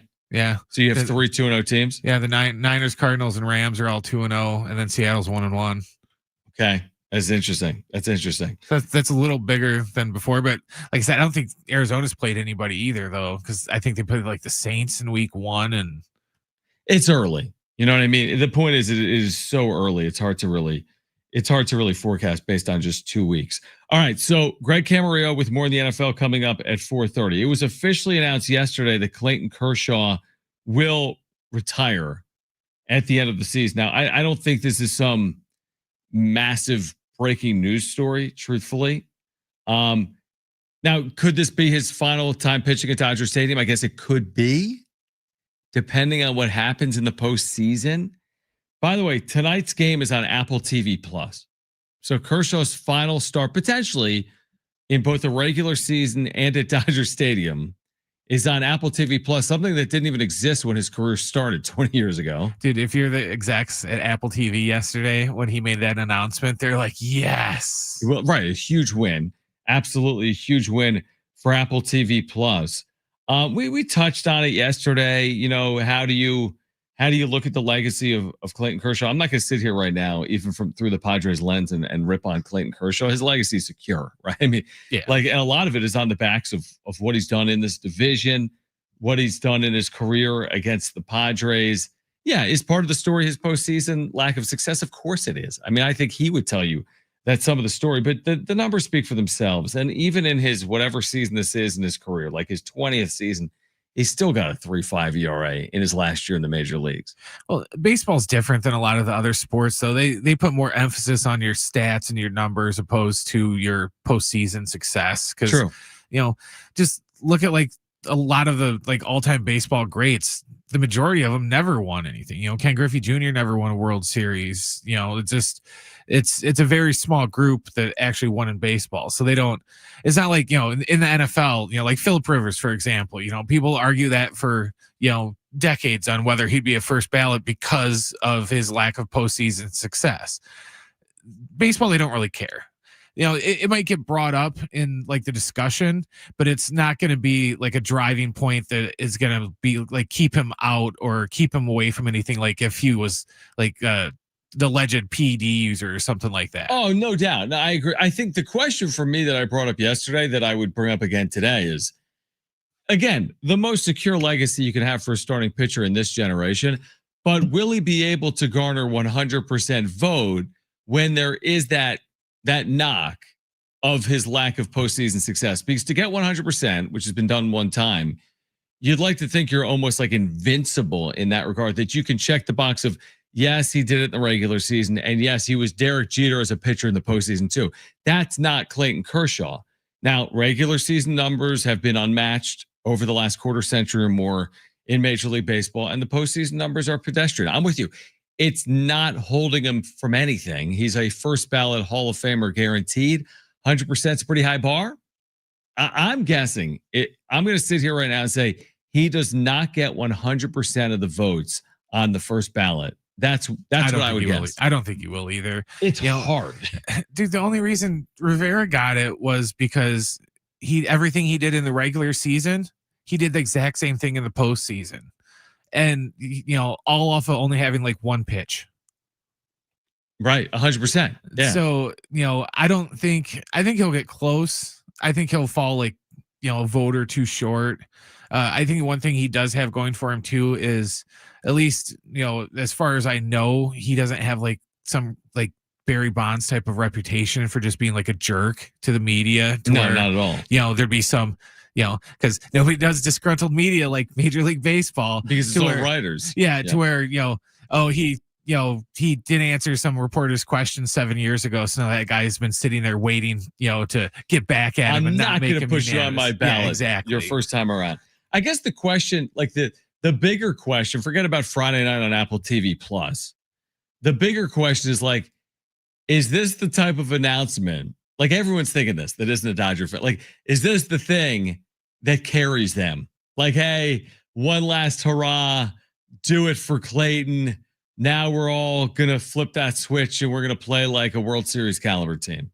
I don't know, because there's so many teams this year that can say stuff like that. You know, are the Brewers going to win it for Bob Uecker? Are the Cubs going to win it for Ryan Sandberg? And, you know, are the Dodgers Padres just going to win it for San Diego? Yeah. You know, there's lots of, you know, outside like motivation for a lot of clubs to win this year for, you know, a former teammate or former, you know, just person that was a part of their organization, to where, it's not like, the Dodgers got the corner marketed on, hey, we got motivation because he's retiring. It's like, well, there's lots of teams that are going to go to the playoffs that have, It's motivation. fair. It's not as simple as that. Yeah. No, because otherwise we would have won last year for, Peter.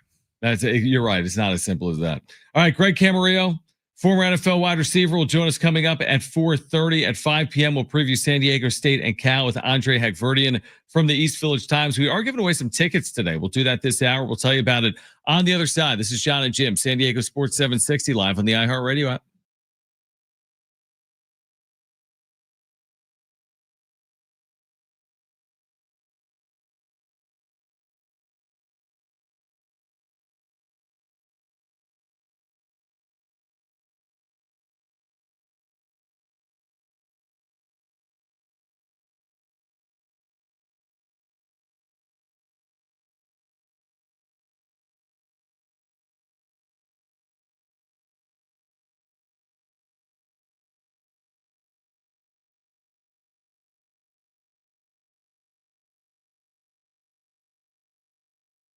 All right, hey guys, it is Schaefer again, and there is no better time than now to get down to your local Toyota dealer with new vehicles arriving daily, including their most popular cars, trucks, and SUVs. So whatever kind of vehicle you're looking for, hurry into your Toyota dealer today, or make sure to head to Toyota.com.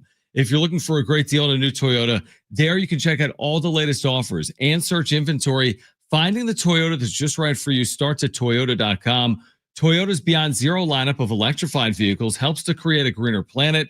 Toyota's Beyond Zero lineup supports a greener planet with a wide range of electrified vehicles, including hybrids, plug-in hybrids, and fully electric vehicles. Or take each day further than you thought possible in a new Camry with its stylish looks that'll make an impression wherever you go. See your Toyota dealer today and discover what makes Camry legendary. There's no better time than now to get your local Toyota dealer.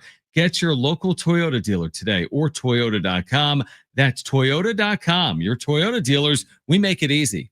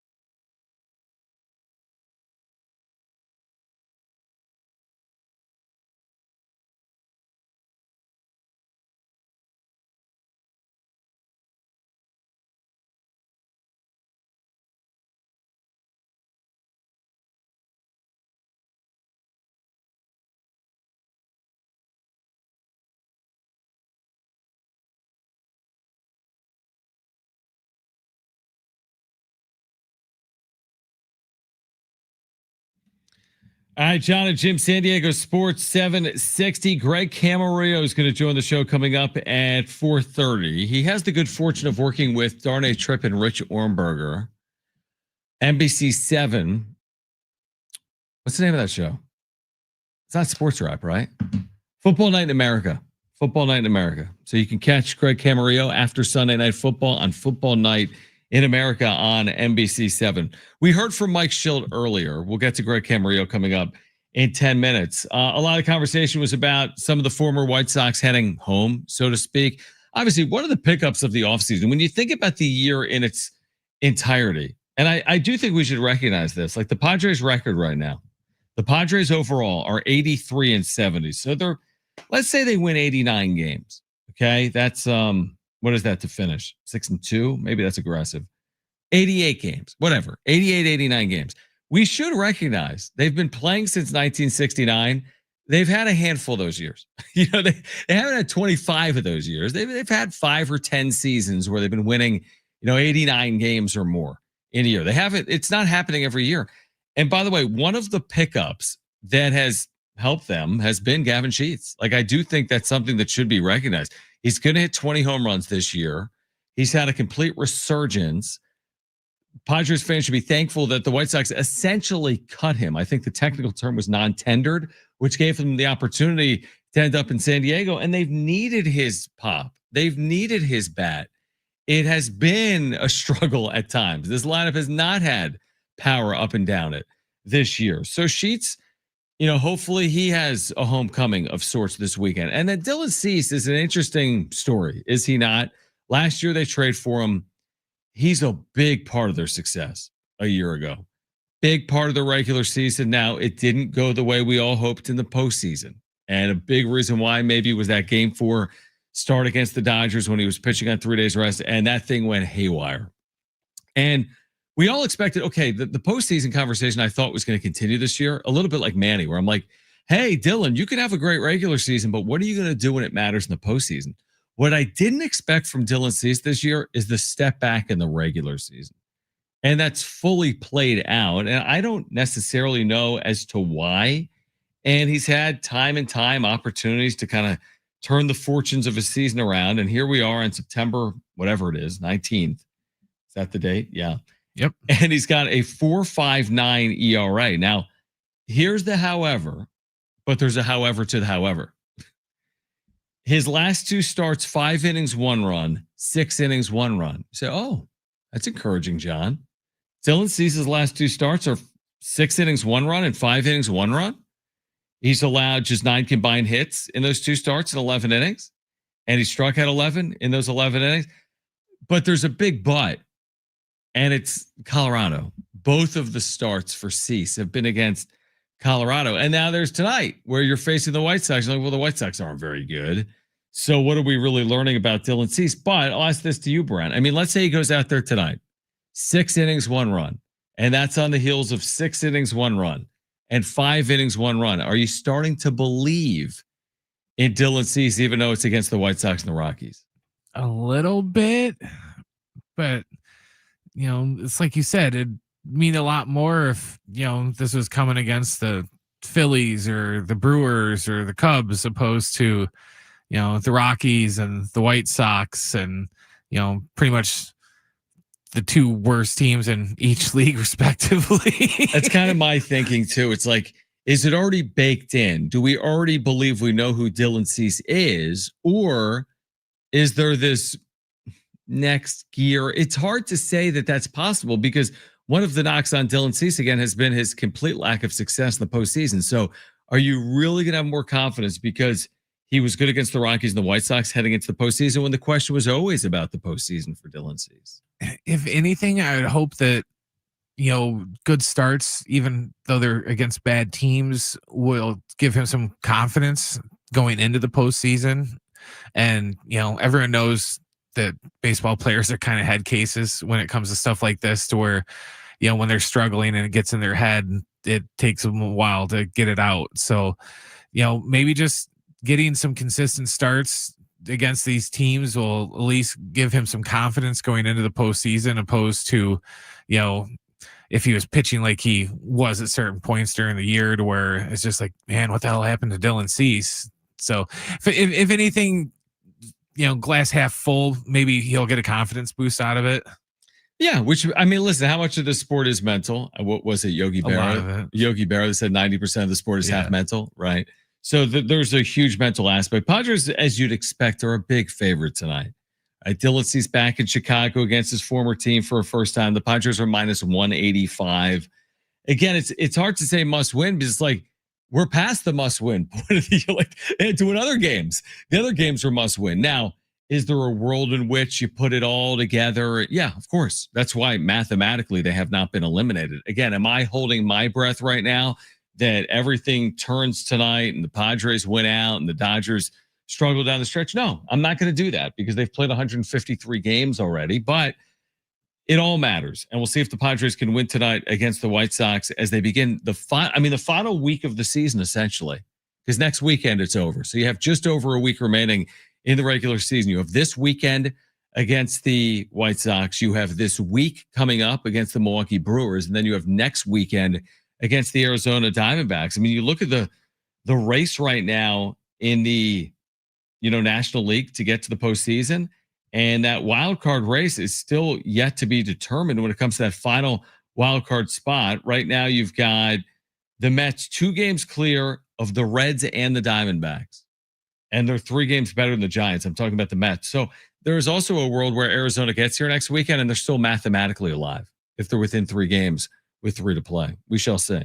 And the Brewers, they've been kind of dropping like flies too the last about week because Jose Quintana got put on the IL a couple days ago. So that's like, I can't remember who the other starter was, but they've had like 2 starters get hurt within like the last couple weeks. They didn't have the prospect starter go on, did they? No, I don't think so. Mizorowski or whatever? No, not yet. Okay. Yeah, not yet. No, I mean, the Brewers are going to win their division. They're 6 up. So there's no path for them to not win their division. But that final playoff spot in the National League still has yet to be determined. All right. Greg Camarillo will join us on the other side. Football night in America.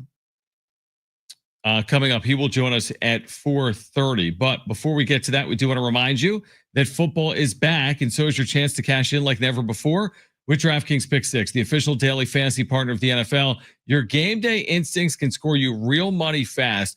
Just pick more or less on 2 or more player stats, from breakout rookies to elite quarterbacks, and unlock the upside every snap rings. The better your calls, the bigger your payout. There are no gimmicks, no convoluted rules. Just you, your player reads, and a shot at big returns. Nail your picks, and you're not just winning, you're stacking. Pick 6 rewards, bold play with payouts beyond the minimum if you beat the field. So, all right, week 3 in the NFL. Here are a couple of plays I'm looking at for Sunday. Baker Mayfield. I love this play. Baker Mayfield at home against the Jets. More than 241.5 passing yards. I love that play against the Jets. I also think the Eagles get their passing game going this weekend at home. They've got the Rams. I know the Rams are 2-0, but I like Jalen Hurts more than 190.5 passing yards this weekend in Philadelphia. And I'll give you one more, and that's higher than or more than a half rushing plus receiving touchdown for Christian McCaffrey at home this weekend against Arizona. So again, more on the passing yards for Baker Mayfield, more on the passing yards for Jalen Hurts, and more on a half rushing plus receiving touchdown for Christian McCaffrey. And here's the kickoff bonus. New DraftKings customers get $50 in bonus picks with just a $5 entry on your first pick set. This season, player instincts. Download the DraftKings Pick 6 app now and use code SD760. That's code SD760. Play just $5, get $50 in Pick 6 bonus picks. Make the call, ride the upside in partnership with DraftKings Pick 6. The crown is yours. Gambling problem? Call 1-800-GAMBLER. Must be 18 plus. Age and eligibility restrictions vary by jurisdiction. Void where prohibited. 1 per new customer. Bonus awarded as non-withdrawable Pick 6 bonus picks that expire in 14 days. Limited time offer. See terms at pick6.draftkings.com/promos. Greg Camarillo on the other side of Jon and Jim.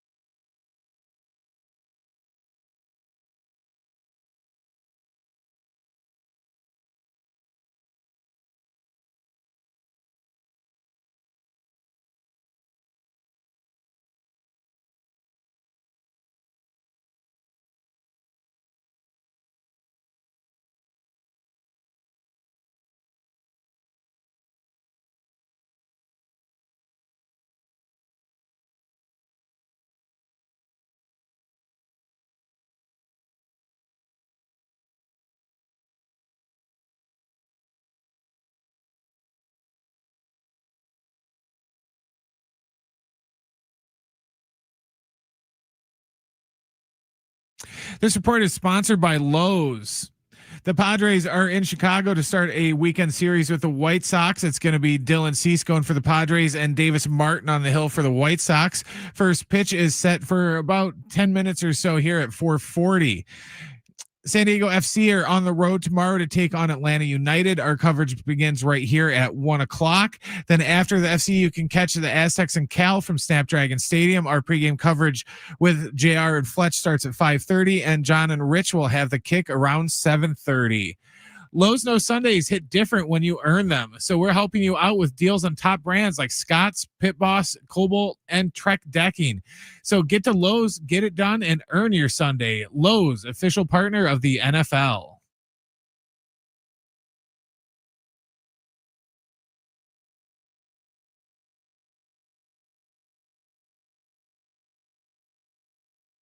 All right, Greg Camarillo back with us. Jon and Jim, San Diego Sports 760. Week 3 is here. Of course, Greg played in the NFL as a receiver. You can catch him each weekend on Football Night in San Diego on NBC 7. Actually, let's start there, Greg, because you and I both have the great fortune of working with Rich Ornberger. I've also, Darnay's also been on the show 1,000 times over the years. Take us behind the scenes. Football Night in San Diego on NBC 7, because you've been doing that for a while. What's that experience like each and every weekend? Yeah, this is year 10, and then for me, year 6 with the crew.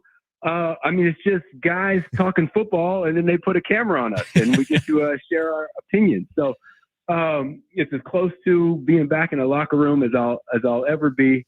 It's fun to hear the different opinions, because you think you'd all watch the same games and come away with the same takeaways, but we got some very different personalities and some very different takes. So it's fun to throw them out there on TV. Yeah, which is what makes it great. And it's a very enjoyable watch for our listeners. If you haven't been watching after Sunday Night Football, again, Football Night in San Diego on NBC 7. So let's get to this weekend with also an eye on what happened last weekend when you watch the way the tush push was officiated, and with all the attention on that game, like record viewership, nearly 34 million viewers. Now we have the Eagles and the Rams. What changes from the Eagles' perspective based on all the attention they've received over the last week? Yeah, so let's start with a little bit of history. Is that teams tried to cancel the tush push this offseason. It went to owners' meetings, and it was up for debate. And ultimately, they kept it. And I think that's the right move. If it was a play that was cheating, every team would do it. But it's really the Eagles are the ones that figured it out. And it helps to have the man pushing the pile as a quarterback that can squat a gazillion pounds. Other teams have tried it. They haven't had success. So it's really just them being better at a play than other teams. So I'm glad the rule is still there. The issue that came up this week is that they're jumping. They're false starting. They're getting a head start. And there's going to have laser-focused referee eyes on that O-line to see if anyone is moving before the ball actually moves. And, I have a little bit of history with learning a snap count, not just as a receiver, but there were a few times in my career where I entered a game as a third emergency quarterback. One time, which actually recent memory, because last night the Dolphins played at Buffalo. And when I was a Dolphin playing at Buffalo in a snow game, our starting quarterback got hurt. So I was this backup quarterback, and I'm taking snaps on the side, one play away from going in. Thank God that didn't happen. But my first time learning to be a backup quarterback, they start with the cadence. And quarterbacks is literally day one install. The cadence is a rhythm. It is like reading music. And the offensive line know the exact note to when to take off. Down, set, hut. And the quarterback has the exact same length of set, or the exact set, hut, every single play. So now they made incredible fun of me the first time they came in there, and I said, down, set, hut. So I had to get some bass in my voice, but they teach you the exact rhythm because that's the rhythm where the offensive line jumps. And now the Eagles know that rhythm. Obviously, it's their offense, and those offensive linemen immediately jump out. But there's that split second where the center also needs to hear it and snap it, and his guys to his right and his left are jumping just before that. And so they are going to have eyes all over it, and if any of those guys jump early, I guarantee this week they're going to call a false start. They're going to move it back 5 yards, and that's out of tush-push range. So I think they'll be a little slower. I still think it's fine. They'll get their first downs. They dominate that play.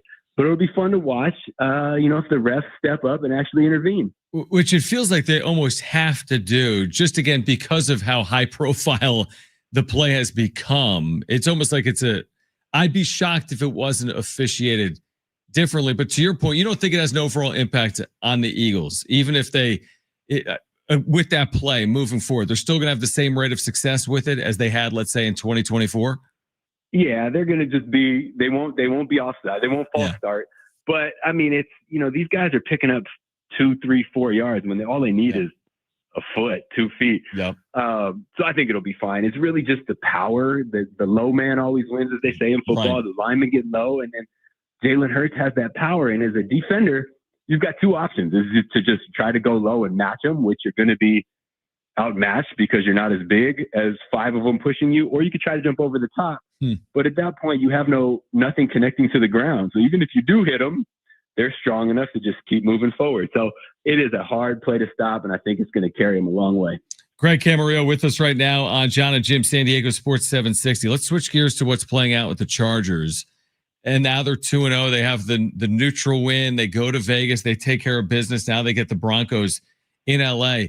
Is it too early to say that they've become a legitimate AFC contender or not? No, it's not too early. They are a legitimate AFC contender.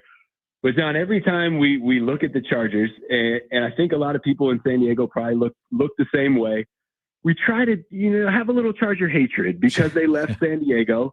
We look at them with how are they going to end up chargering, because secretly we want them to not be as good as they are. And so, I look at, they lost Rashawn Slater. Their Pro Bowl left tackle. They're going to struggle. They didn't struggle. They look good. And then so I try to look at it through that hater lens again. What is it? And it's okay. They played 2 bad teams, and it feels really weird to say Kansas City is a bad team, but right now they don't look good.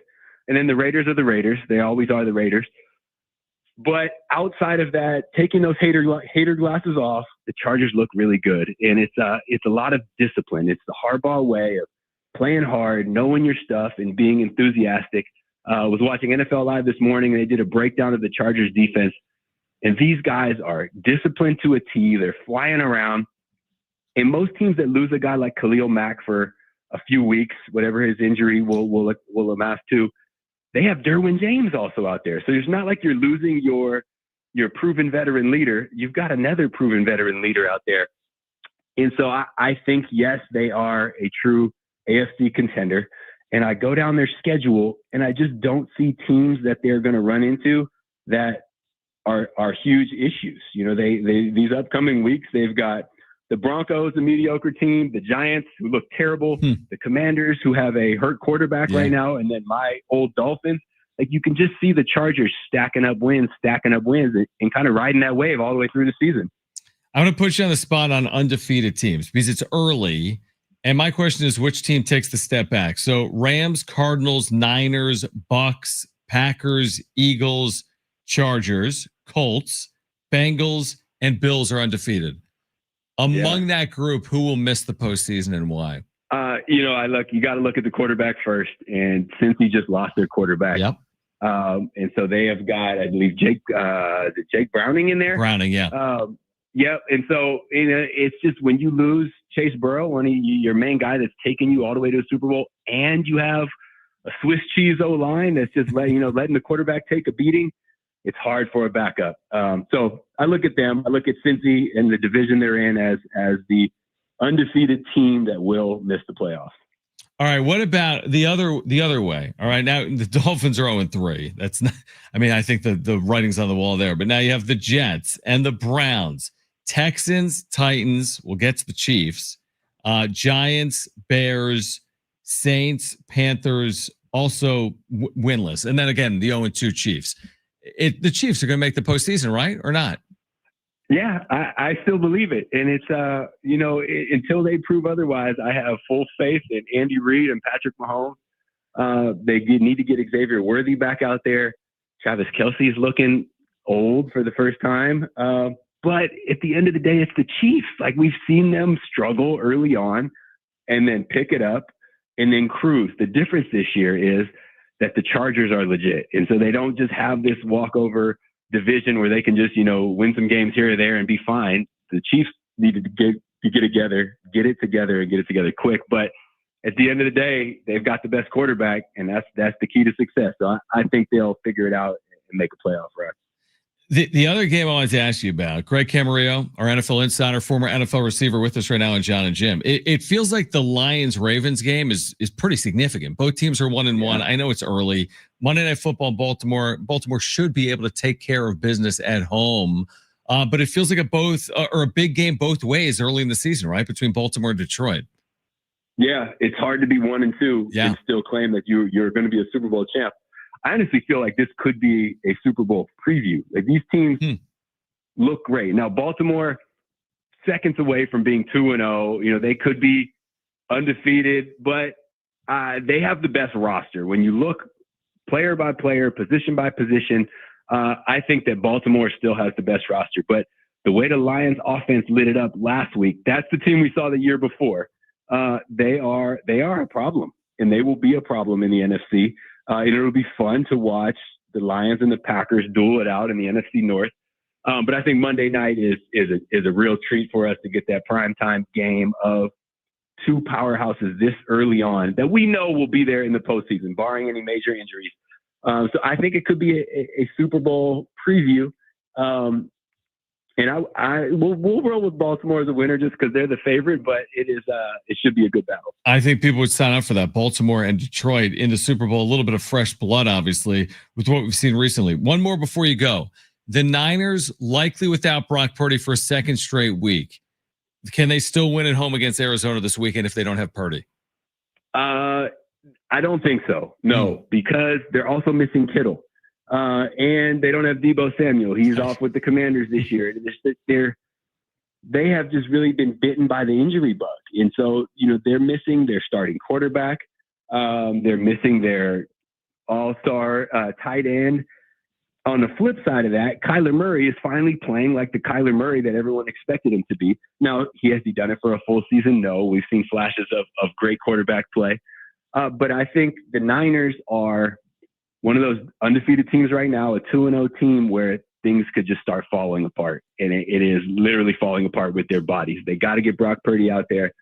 George Kittle has to get healthy. But then, all the questions of, can Christian McCaffrey stay healthy? Can Trent Williams stay healthy? Too many question marks for me, where Arizona finally is feeling good. They're playing hot. I think Arizona gets the win. Interesting. And of course, like you said, nothing more important than health in sports. Greg, we appreciate you doing it, man. We're looking forward to watching you with the crew on NBC7 Sunday night, football night in San Diego, and appreciate you hopping on as always. Enjoy the games this weekend. All right. You too.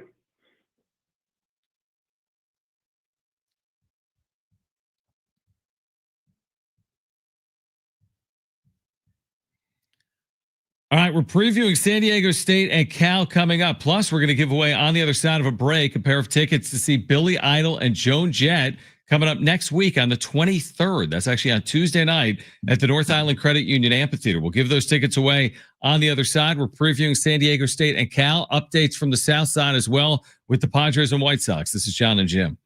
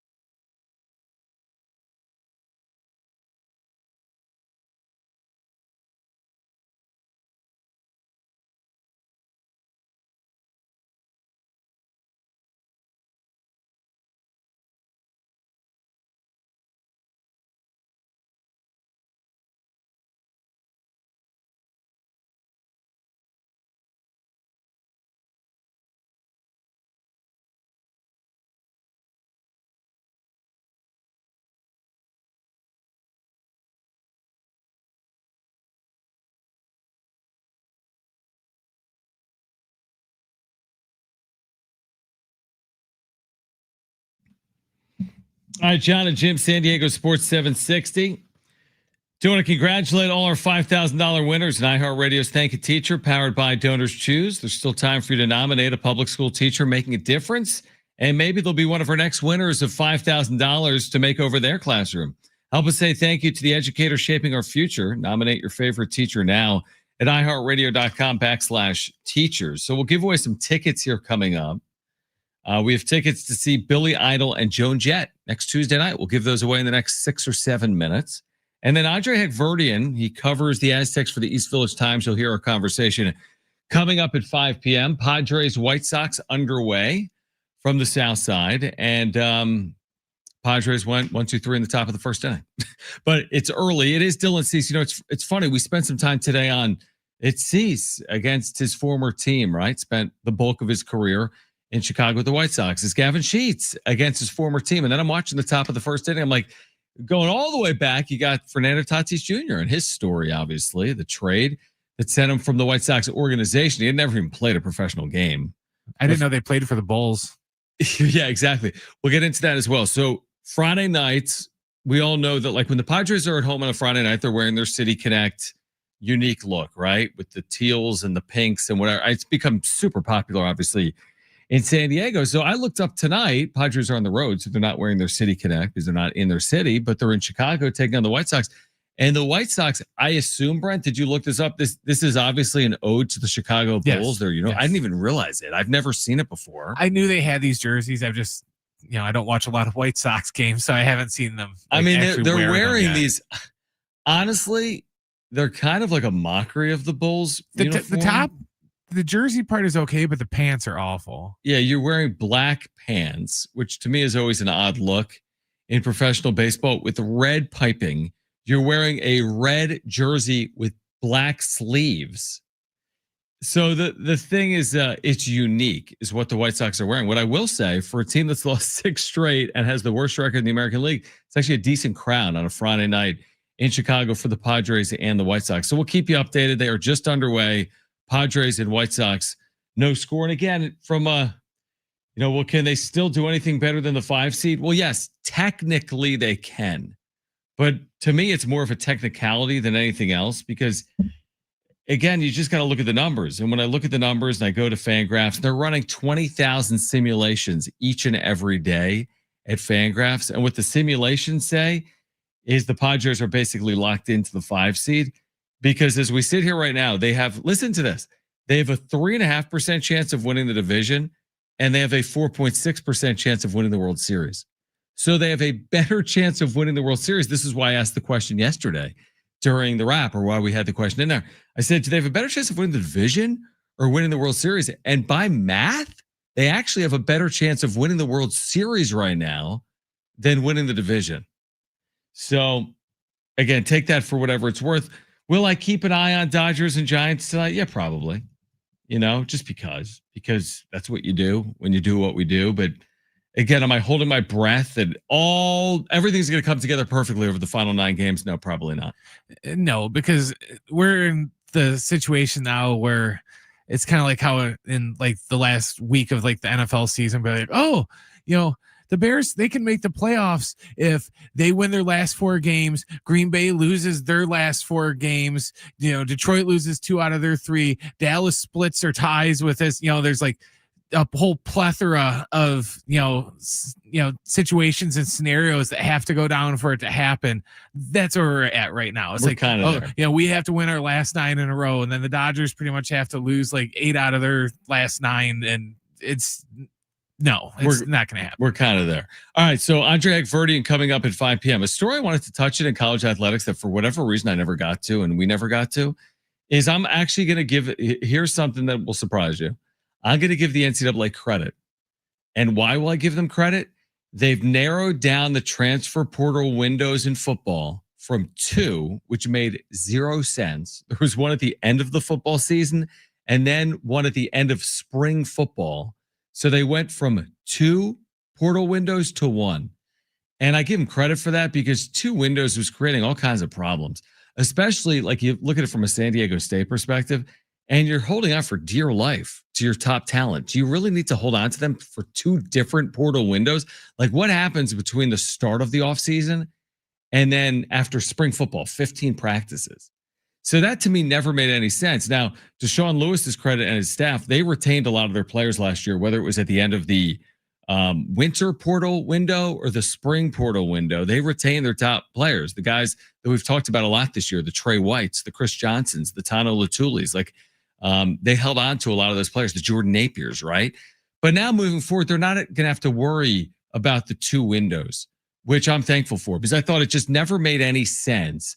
Basically, what was happening was you'd have spring football and someone would be like, well, I'm like buried on the depth chart this spring, so I'm going to leave. But then you've impacted an entire football team's roster and their depth, and now you need to go out and look for replacements. Like, listen, we've reached the point. I get it. You can freely move across college athletics. We all understand it. If you spend 1 year at Wisconsin, you can spend your second year at San Diego State. You can spend your third year at UCLA. Okay. We've like, the genie's out of the bottle. We're not going back to you spend 5 years at Wisconsin. But I think we had reached the point where it's like, okay, you can transfer every year, but now you can leave multiple times in a year. That to me was the bridge too far. And I'm glad they at least got that hopefully under control. Yeah, because to a certain degree, everyone thought the NIL was going to be like the worst thing. And I think the portal has almost been worse than NIL because, and I've talked to JR about this and during like Aztec pregame to where, it used to be if, you were a freshman and you were told that you weren't going to play, it was like, okay, well, here's the things you have to work on, and you work on these things and, just work really hard and you'll earn a spot. But nowadays you come in as a freshman and you're told anything that you're going to, besides you're going to start every game. And they're like, oh, well, then I'm leaving. I'll go transfer to this school, and because they'll play me. And then as soon as they don't play at that school, then they transfer and get up and go again. Then next thing you're Spencer Rattler, and you've been in college for 5 years, including your red shirt. You've played for 5 different schools. And that's going to become more the norm. Honestly, that's why I think they need to put a cap on it. Yeah, like a number of times. Do like they used to.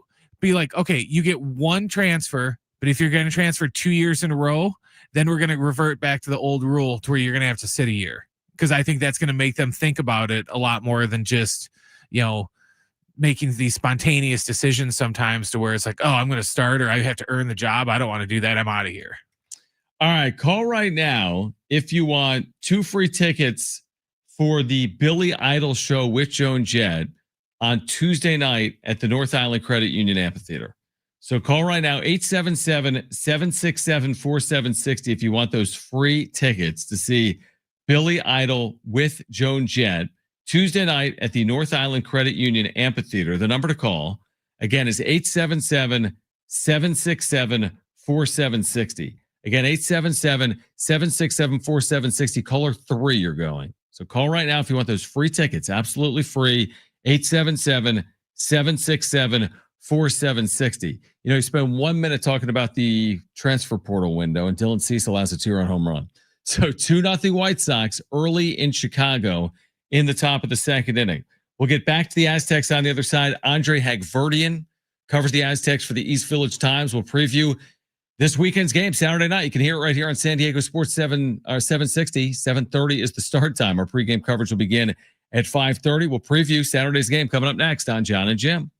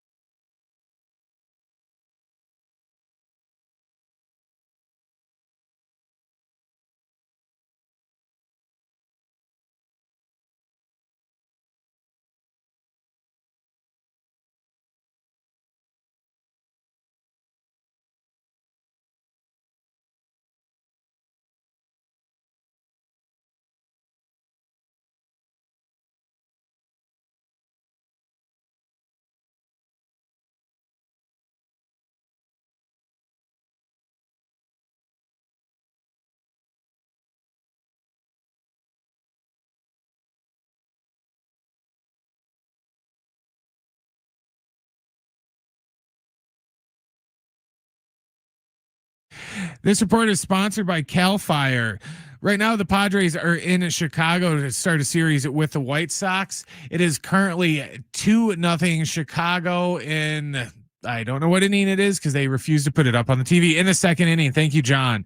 In NFL news, the Niners have come out today and said that Brock Purdy is not going to start this week. They're going to go with Mac Jones again for the second week as they take on Arizona.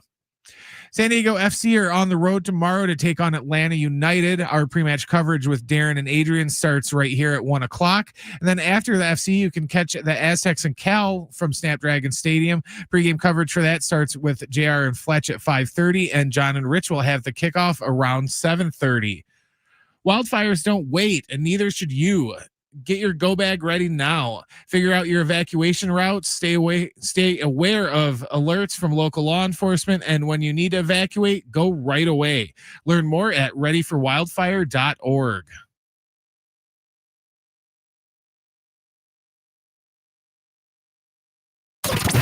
After the bye, the Aztecs are back at Snapdragon versus the Cal Bears. Yep, it's the Mountain West versus the ACC.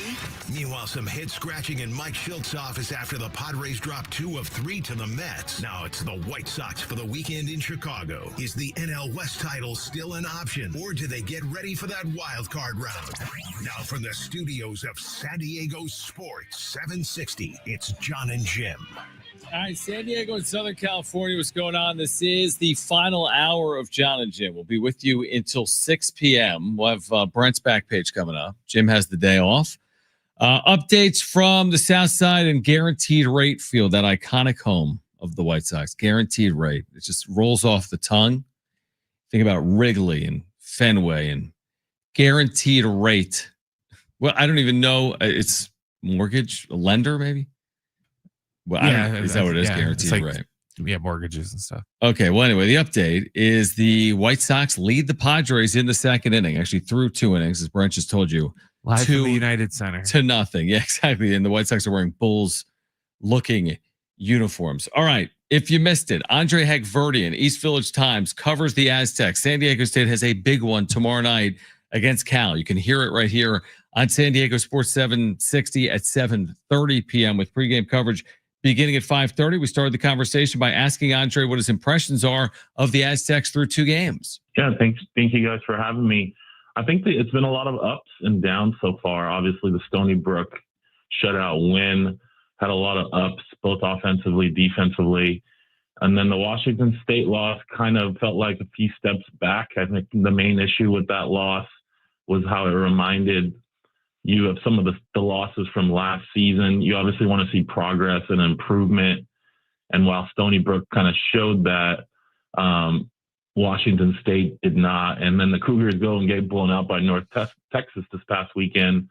And that kind of makes that loss look worse. So I think this game, coming off a bye, you're at home, you're playing a good opponent. You know, hopefully you have a good crowd.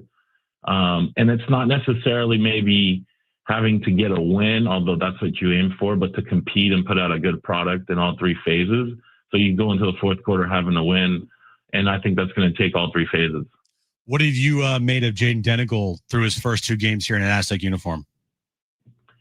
You know, I think the first 2 drives of the season was about as perfect as you can have a quarterback play. 2 touchdowns, 2 drives. And then there's been some lulls, some decision making. He hasn't thrown an interception, but he's had a few that the defense should have caught and picked off. So I think the decision making, you know, everybody remembers that 4th down play where he could have ran for the first down, but tried to throw downfield to an open receiver and missed him. So some of that accuracy needs to get better.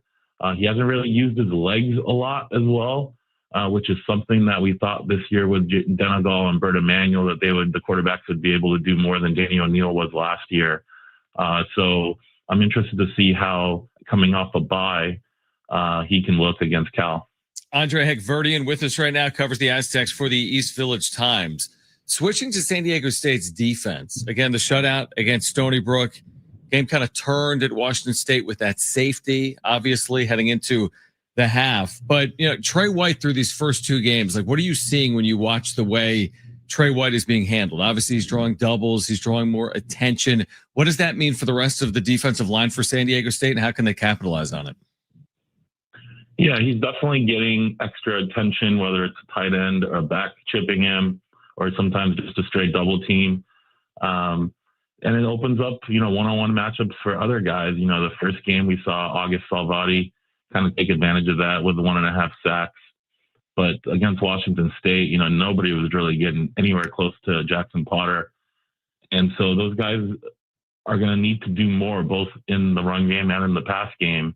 And, they're going up against a really good quarterback who hasn't seen a lot of adversity yet through 3 games of his collegiate career. And so I think this is an opportunity for those guys, whether it's Brady Nasser, Ryan Henderson, Salvati.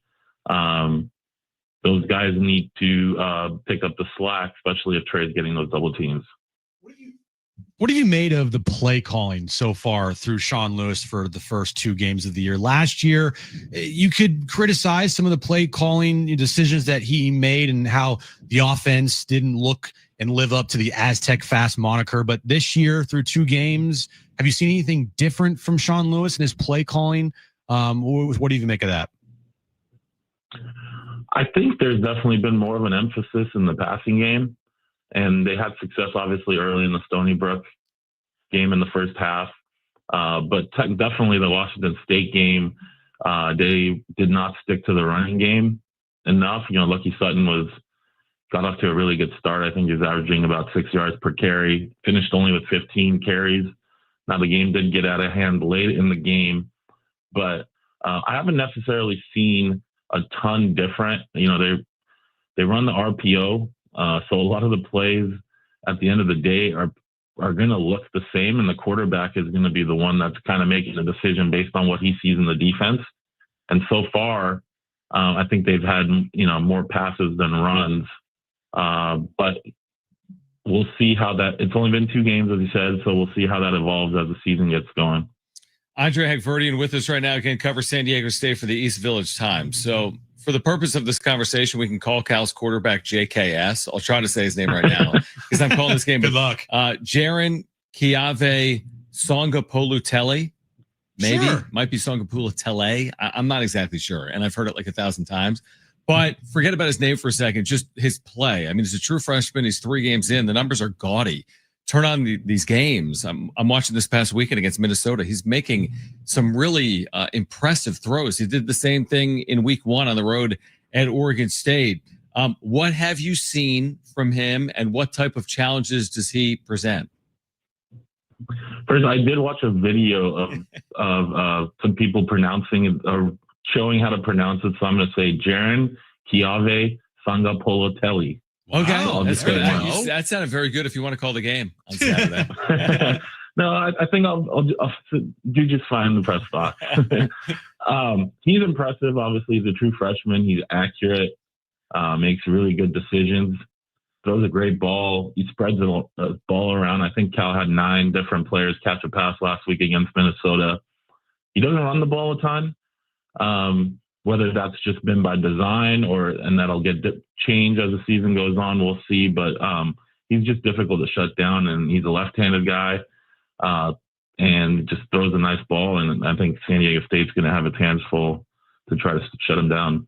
So how do you see this game playing out on Saturday? What do the Aztecs need to do to make sure they keep themselves in this game and give them a chance to pull off an upset here?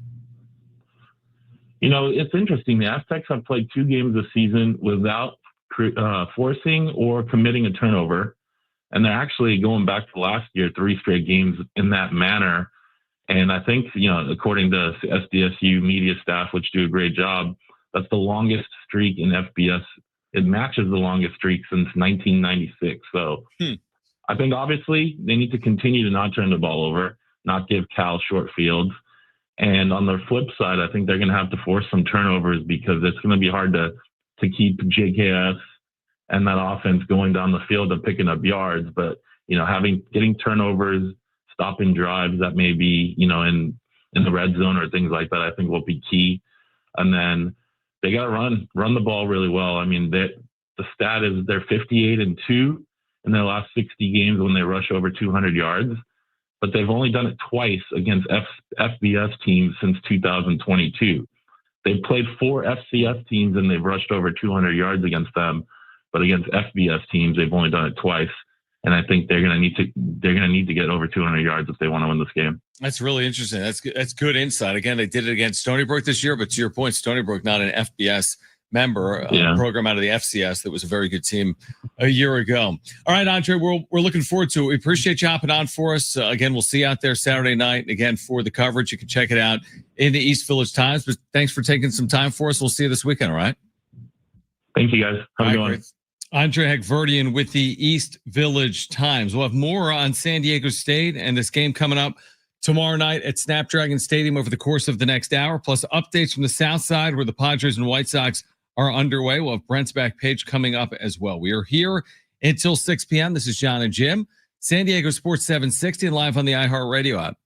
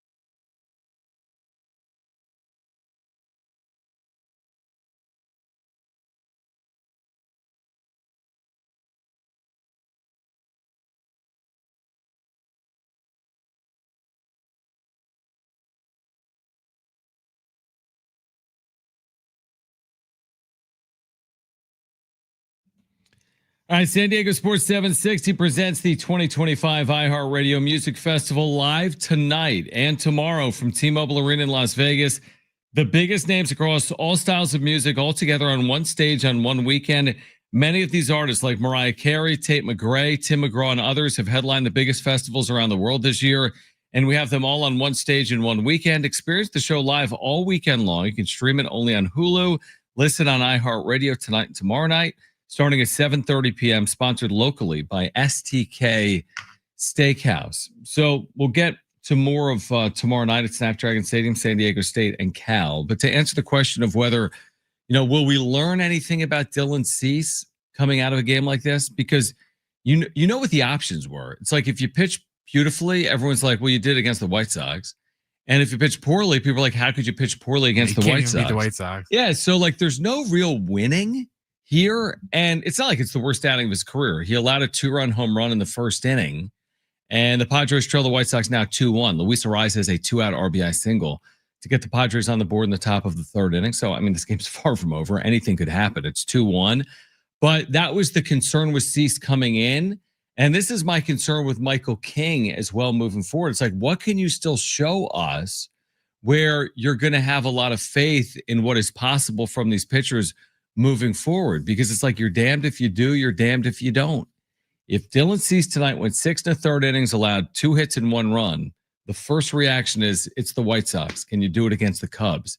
And if he went 5 innings tonight and allowed 4 runs, you'd be like, how could you allow 4 runs in 5 innings to the Chicago White Sox? So we'll keep our eye on it. And again, right now, the White Sox are leading the Padres 2-1 in the bottom of the third inning on the south side.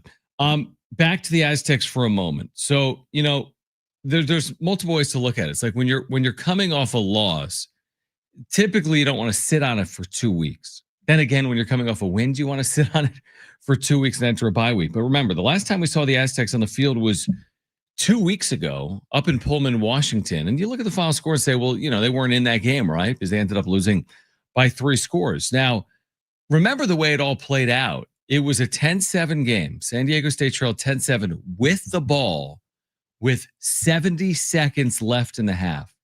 So let me say it again. They trailed 10-7 with 70 seconds left in the half. And then what changed the game was there was whatever happened up front. Jaden Denigal got sacked in the end zone for a safety. So from 10-7 to 12-7. Now there's 1 minute left, but you're kicking from your own 20. Washington State has good field position. They drive in 30 seconds. They score a touchdown. And a 10-7 game is now 19-7 at the half. And they have all the momentum in the world. Then Washington State gets the ball to start the second half. They score another touchdown. So it felt as if the entire game hinged on like 4 or 5 minutes of game clock. The final minute of the first half and the first 3 minutes or so of the second half. And from down 10-7, you were all of a sudden down 26-7, and the game was seemingly over. I guess one of the things for tomorrow night that's coming to mind is, how do you deal with the adversity that you're inevitably going through? You're taking out a very good team. Cal's 3-0. We've told you this week about their quarterback. Their defense is only allowing something like 10 or 11 points per game. So that's my thing here tomorrow night, Brent. Aztecs dealt with adversity at Washington State, and they couldn't overcome it, essentially, right? That momentum, that landslide effect.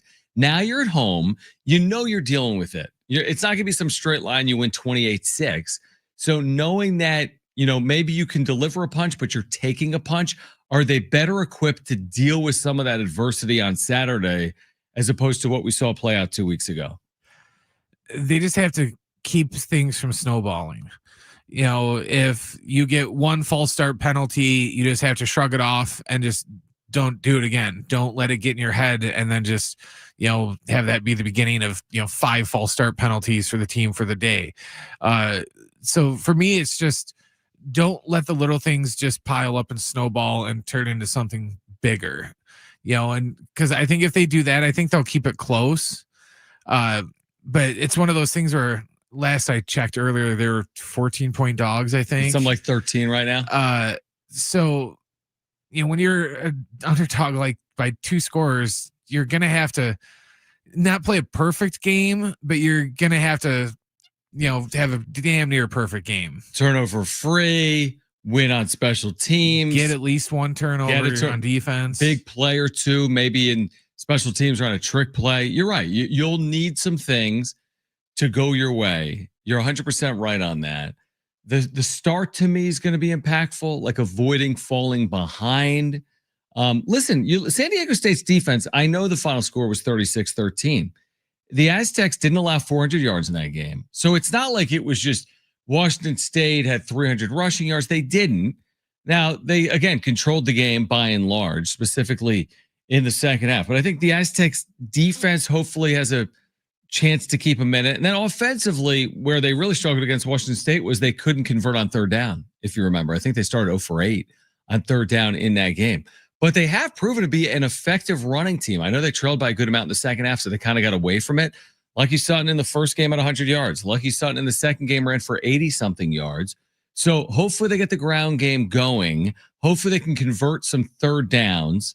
Not that you can fully play keep away in a game like this, but again, to your point, you're going to need some things collectively to go your way on Saturday, and hopefully they get some of those breaks that maybe they didn't get 2 weeks ago. And, they're going to have to get some sustained drives too, because, that was a big part of the problem last year was, their defense was on the field for so long during the game that, by the time fourth quarter started, they were just gassed. And, they just got to get some, good drives.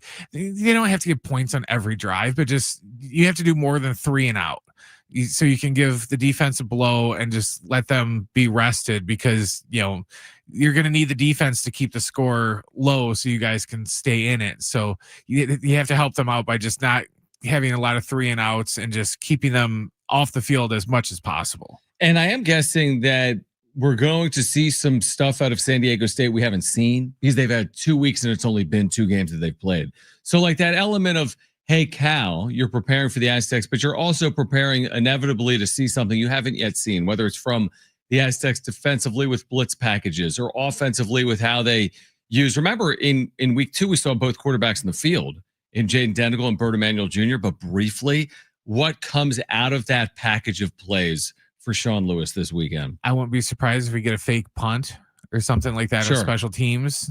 Lewis likes doing that. So I could see us doing that. Plus, we didn't do one last week. They kind of practiced and ran some trickery plays on against Stony Brook, but they didn't try any of it against Washington State. So I'm wondering if maybe they did that on purpose to kind of make Cal forget that they, 2 weeks ago they tried to, double reverse triple option, but then they didn't do it last week, so they didn't bother to scout it to where, maybe they'll just pull out all the stops this week and we'll get a fake punt and, they'll just have to pull out some out of the ordinary plays in order to win. I think stops will be pulled out. To your point, the question is, how successful can you be? And again, it's like anything in sports. The longer you hang around, the more you start to believe. And if you can get to that second half in a 1-score game, then you believe that it's possible, right? Like the longer you can keep it in that 1-score range, the more of an opportunity you're going to hopefully have to pull something out. Well, and the longer you can keep Cal from putting you away, it's going to start to get in their head too of, man, why can't we put these guys away? We're favored. We should be able to just go out.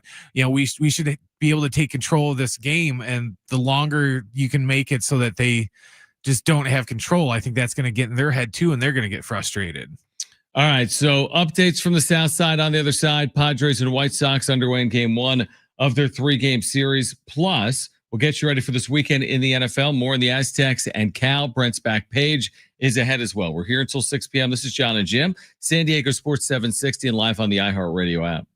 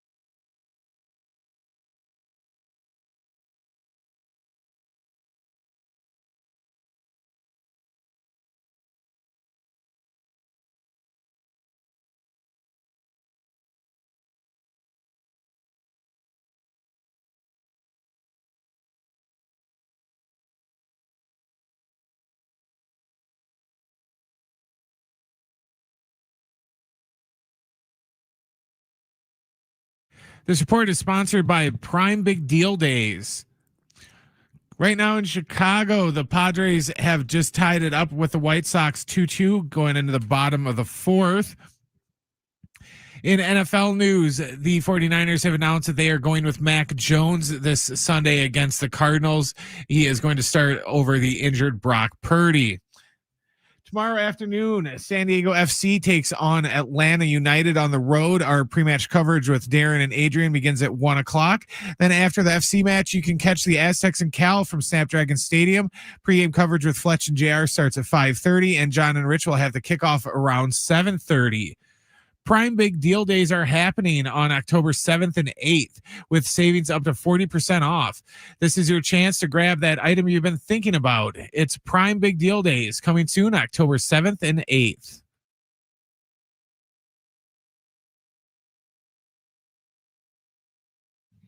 All right, Jon and Jim, San Diego Sports 760. Brent just told you Padres and White Sox tied at 2 to the bottom of the fourth inning. Dylan Cease on the mound tonight against his former team.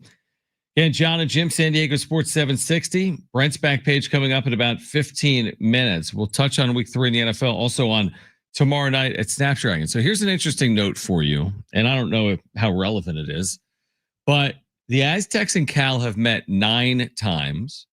Cal is 5-4 all time against San Diego State. The home team has won all 9 of the games. All 9. Last year, Cal won up in Northern California in Berkeley. San Diego State has not played Cal at home since 2016. They won that game 45-40. But the all-time series is 5-4 Cal, 5 wins in Berkeley, 4 wins for the Aztecs in San Diego. It's not as simple as that. I'm not telling you the Aztecs win because they're playing at home, but it is interesting that these two teams have met 9 times over the years and nobody has been able to win on the road to this point. 9 times. 9 times. Here's the other thing.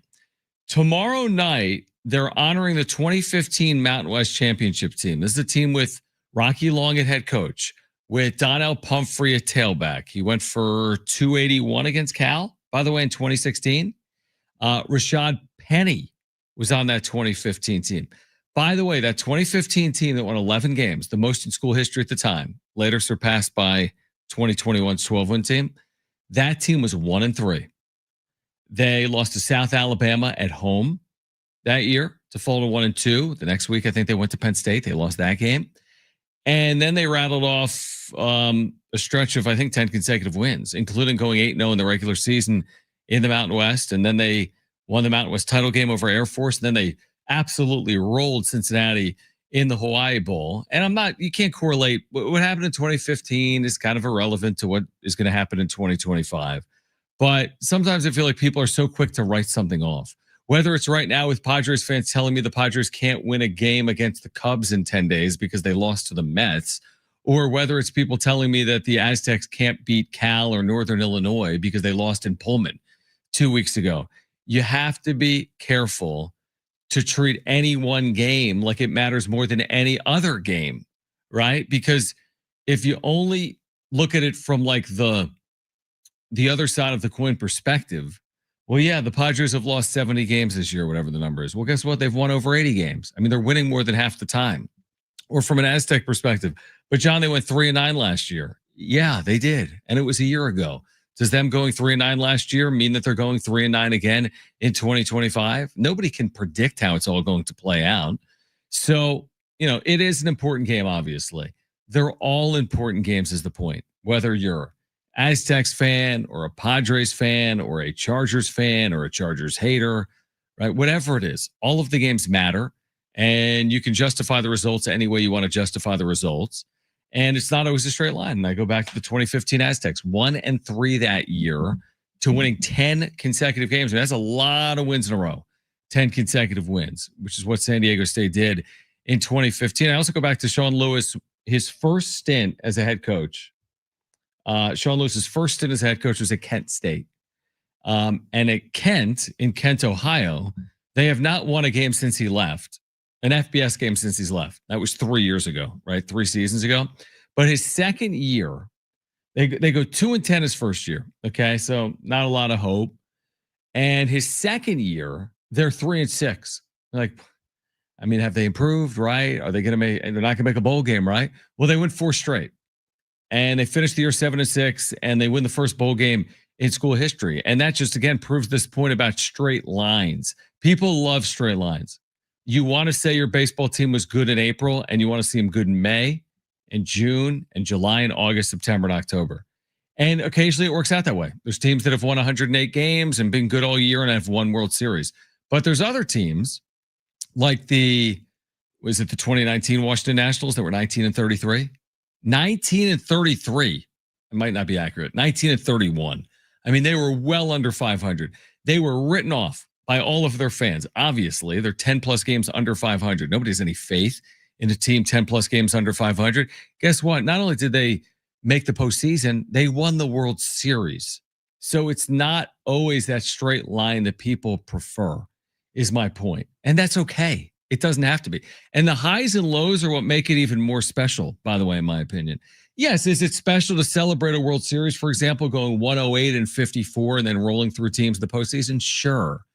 But are you telling me it's not special if you go 86-76 and you get in as a wild card like maybe San Francisco did in the 2010s and then go on and win a World Series? That's special too. And for San Diego State's 2015 football team that started 1-3, it was special to win the Mountain West that year, even though they started the year 1-3 to finish with 11 wins. So nobody knows what's going to happen Saturday night at Snapdragon Stadium. Nobody knows what's going to happen with the Padres in the postseason, but I do know this: we will be along for the ride, and hopefully it's a ride longer than just a couple of games for the Padres in the postseason, and hopefully we see some entertaining football beginning tomorrow night at Snapdragon Stadium. Everyone wants to see that, right? Everyone wants to see them play well. That's an Aztec fan. Sean Lewis wants it. This team wants it, and I'm really fascinated to see how they get out of the gates, specifically tomorrow night, sitting on that Washington State game for 2 weeks. It feels like an eternity since San Diego State has played. Everyone wants to see them at their best. And we'll see if we get that tomorrow night, Brent, or not. Yeah, it's one of those things too, where you talked about them just like cleaning up some of the sloppiness and stuff like that. When you've had for almost the second time already this year, a week and a half to almost 2 weeks to prepare for a team, that's kind of your leeway for some of the sloppiness is smaller when you've had that much. It'd be one thing if it was like a situation where, like, the NFL where, say the Dolphins played last night and then they play again, on short rest. That's one thing. But if you've had extra time to prepare for this one opponent and you've had extra time to just wrinkle everything out, that, you can't come out and just have just stupid penalties that just look like you guys haven't had almost 2 weeks to prepare. Yeah, I think a lot of people would agree with that. I will say, like, it's funny because football, you're judged on like 12 results, where like Major League Baseball is 162, or even like college basketball, you get 30 something results. There's more variance, right? You could slip up in these other sports, where in football, you can't do that. Hold on, let me switch gears for a second. What's interesting is Dylan Cease has hit 2 White Sox in the same inning. Interesting. I'm not sure as to why, as in I don't know if there's a reason or merit for that, but that is an interesting development that Dylan Cease, I think, got 2 fastballs. Yeah. Has hit 2 White Sox in the same inning, the second requiring a little bit of a stare from the White Sox batter directly back to the mound and Dylan Cease. In fact, the batter said, "Come on," when Cease kind of approached. Interesting that he's hit 2 batters in the same inning. So 2 on and 2 out for the White Sox in a 2-2 game in the top of the 4th inning. Is it like stupid humid? Is it super humid there tonight? Because Cease's back is like soaked. Well, what's interesting, like you said earlier, someone I think was actually there, maybe in the chat, that said they were there. It's not like hot. It was 79 or 80 today in Chicago. It's still kind of late summer or whatever. So it can be hot, but I don't think it's one of those ridiculously hot nights. Well, that's the Midwest thing, though. The temperature wise, it won't be hot, but you still get humidity the wise, it does appear that. So again, it's interesting. 2 White Sox have been hit. Same spot too. Yeah, it's a fastballs in like on elbows to left-handed batters. To left-handed Talkman batters. and whoever the other guy was. So that's interesting. And again, I wouldn't really understand intent in a 2-2 game, in games that you just kind of have to have right now. And if you're Dylan Cease, you kind of want to pitch well. But again, Dylan Cease has hit not one, but 2 batters in the same inning from his former team. It's a good thing Dave Roberts doesn't coach or manage the. Oh, you're not kidding. They'd be meeting outside already. Again, the game 1 of a series. Again, there's nothing here. These teams never meet. They meet once a year. They're in different leagues. The White Sox, for example, I've just taken a lead, but the White Sox are out of it. I mean, they're 40 games under 500 or whatever it is. So there's no real reason for anything to kind of transpire. And I would think Dylan Cease wouldn't have anything against the club that traded him 2 years ago that he spent a lot of time with. But whatever, the hit by pitchers may be coming back to bite Cease because it's now 3-2 White Sox with 2 outs in the top of the 4th inning, man. Baseball, like Kevin said earlier, it's like you watch baseball every day and you see some things you don't expect to see. 2 hit batters in the same inning, a little bit of like jarring back and forth in a White Sox Padres game of all things. To Brent's point, you would expect it against the Dodgers. There's certain teams that you could see because you meet 4 times a year, and because there's more to it, you could absolutely see it. I never expected anything between the Padres and the White Sox tonight. I mean, absolutely nothing between these 2 teams. All right, we're going to step aside. We'll get to Brent's back page on the other side. Again, Jon and Jim with you until 6 p.m. getting you ready for Aztec football tomorrow. SDFC soccer, of course, tomorrow afternoon as well, right here on San Diego Sports 760. So a busy sports weekend we'll get you ready for on the other side, plus Brent's back page. This is Jon and Jim on San Diego Sports 760 and live on the iHeartRadio app.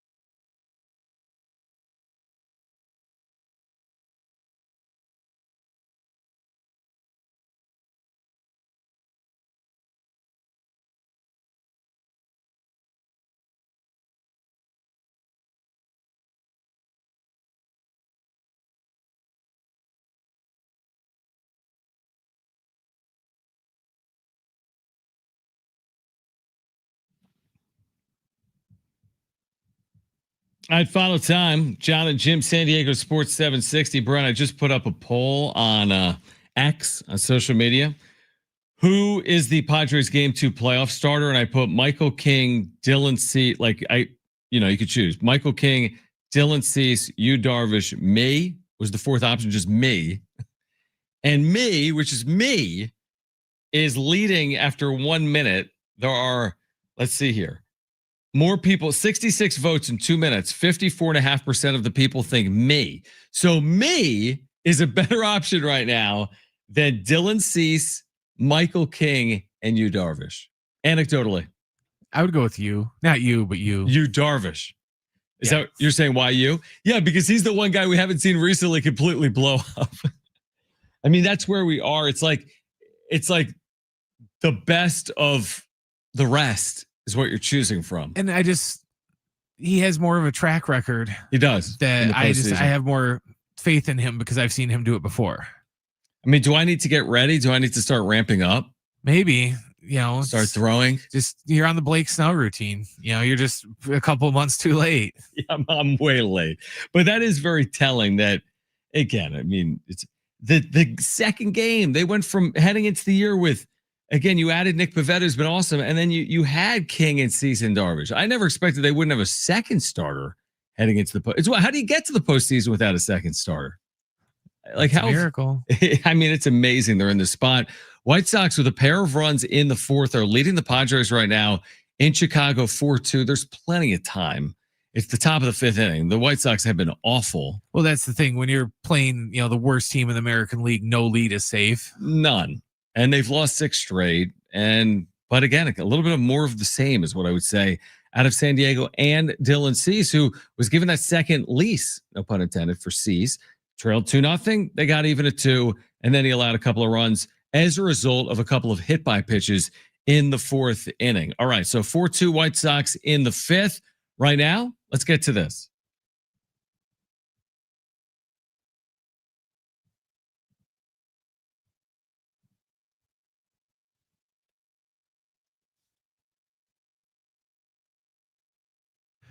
All right, we'll start with this one. Jon, you go to Target a lot. Yeah, I like Target. Do you like Target? You do Walmart? I usually do Walmart. I do Walmart. I don't. Easier for me to do. Yeah, Target. It's closer. If there's a Target that was closer to Walmart, I'd go to Target. Yep. They're pretty much about the same to me. Yeah. Well, Target next day delivery service is going to be finally coming to San Diego, hopefully by the end of October, they said. Okay. It's already available in the LA markets and in San Francisco markets, but hopefully by the end of October, they are hoping that it's going to be fully rolled out in the San Diego market. When we say, okay, so hold on, next day, right? Next day, it's going to be for orders over $35. Next day delivery will be free, and there's no minimum order if you are a Target Circle 360 member, or if you made the purchase with a Target Circle card, then you won't have to pay any delivery fees. But how it's going to work to see if the product qualifies for next day delivery, you just have to have it ordered by 3:00 in the afternoon San Diego time, and you order by 3 and the next day you have it. Yes. But here's my question for you. Is that an amazing offering when we now live in the world with Amazon where I can go to it at 9 a.m. and maybe have it at my doorstep at 5 p.m.? It depends. It depends what they do for windows. Cause I know like for Walmart Plus, they'll have like windows in there and they don't tell you on the commercial, on the commercial, they make it look, oh, darn, I forgot eggs. So here I'll just, here they are in an hour. It's like, no, you can have them there in an hour, but you're going to pay $5 because you didn't spend less than $35. I got you. And if you want them in an hour, you're going to have to pay another $10. So really your, eggs are going to cost you $20 if you want them there right now. I see what you're saying. So it depends on what their window is. I see what you're saying. And Walmart will do if I would have ordered something at noon, if I don't care if it doesn't get there for 3 hours, then I won't have to pay an extra fee. But anything under 2, I would have to pay extra. That makes sense. So I'm assuming it's going to be just similar to what Walmart does because they have the $35 minimum order and everything. So gotcha. What else you got? Let's see. Well, the same professor at the University of Tennessee is at it again. A couple years ago, he did a class that was teaching American history through the lens of Red Dead Redemption, the Rockstar video game. Okay. And now he is offering a Grand Theft Auto college history class. It's Grand Theft America U.S. history since 1980 through the Grand Theft Auto video games. What? Was devised and taught by history professor Tori Olson, who teaches at the University of Tennessee. So interesting. So pretty much they're just going to kind of go through, history, U.S. history since the 80s, only through like the lens of Rockstar Games Grand Theft Auto. That's enough for like a full like. Apparently, I'm interested. Yeah, exactly. This is one of those classes that you would see, like, you probably didn't see this because you don't see anything, but like in that movie Blue Chips with Nick Nolte and like Shaq and like, Penny Hardaway, all about like the illegal college. Benefits, Yes, all the basketball players at Nick Nolte's school took this class called TV, where they just sat there and pretty much watched TV. And it was a dummy class for the athletes to go in and just get easy A's in. Funny. And that's kind of what this reminds me of. To where's the Grand Theft Auto history class when I was in college? Exactly. I would have got like an AA plus in that. What else you got? All right, then lastly, tomorrow night is the debut of WWE on ESPN. Right. I'm really interested to see what the numbers for this are going to be, because they've gone from people having to pay, between $7 and $11 for Peacock or Netflix to watch like the premium live events, which used to be the pay-per-views, to now, that ESPN thing's like almost $30. And I'm really interested to see how many people are going to shell out the $30 just for the WWE. Dude, I also read, tell me if you saw this, that let's say you're a YouTube TV or any of the cable systems, but specifically the streamer YouTube TV. I thought we were under the initial impression that if you had that, because you had then you had ESPN in your package of your package, that you would get these premium live events. And then I read it awful announcing, like, not so fast. If you have YouTube TV and some of these other carriers, you're not getting these without this upgrade that you're talking about. Yeah, that story's also coming out today. I don't have any clarification on that because it's super confusing, because they made it sound like it was just going to be one big blanket thing where if you already had it, you're cool. Don't worry about it. You'll get grandfathered in, or however you wanted to describe it. And now they're like, oh yeah, no, that actually doesn't cover that. I would imagine there's going to be a lot of like kind of outrage when people realize they're going to get to this event. This is a new event, by the way, for WWE. Yes. Or no? It's called WrestlePalooza, which used to be an old ECW pay-per-view that they just jacked the name for it. And it's in Indy, right? Yeah, Indianapolis. But I'm thinking, so you're going to get to tomorrow afternoon and people are like, oh, I'm going to spend my evening or afternoon watching this. And then you're going to try to do it if you're a wrestling fan, and you're going to learn it's $30. And by the way, that's a monthly fee if you want to keep it going. It's $360 for a year. I mean, it's a lot of money. Yeah, that's a lot. And how many people are just going to be like, I don't have $400 for this? I think some people might make an exception if it was like WrestleMania or something like this. Are they going to have WrestleMania, or is that still somewhere else? No, I'm not sure if it's going to be right away this year right. But yeah, ESPN should have WrestleMania then this year, unless it's like still Peacock has this one last one. But, right. So yeah, I'm interested just to see it. Just card wise, they don't have a lot of matches on there. There's only I think 5 matches on there. So it's a lot of, you're going to pay $30 for, 5 matches. Yeah. So I mean, I'm holding out on that. Listen, you and I, all these sports fans across the country, I love live sports, but $30 a month in addition to what we're all spending everywhere else, that's a lot of money. Dude, the penny pincher in me thinks that paying $18 for Amazon is too much. That's why I don't have it. A lot. So it's just I'm not going to pay $30 for ESPN just to watch wrestling, and the 2 times a year that the Bears will be on Monday Night Football, maybe, and twice that the Badgers, and a random Badger game that I probably won't get to watch anyways because I'll be here running Aztecs. Exactly. Good job, man, with the back page. And we will be back tomorrow, by the way, full slate of action. SDFC tomorrow afternoon, San Diego State football tomorrow night, and then, of course, Jon and Jim back here on Monday at 2 p.m. Wrap-up show tonight, we'll talk about the Padres and the White Sox. Well underway in the 5th inning. It's 4-2 White Sox. For Brent and Jim, I'm John. Enjoy the weekend. Keep it here at San Diego Sports 760.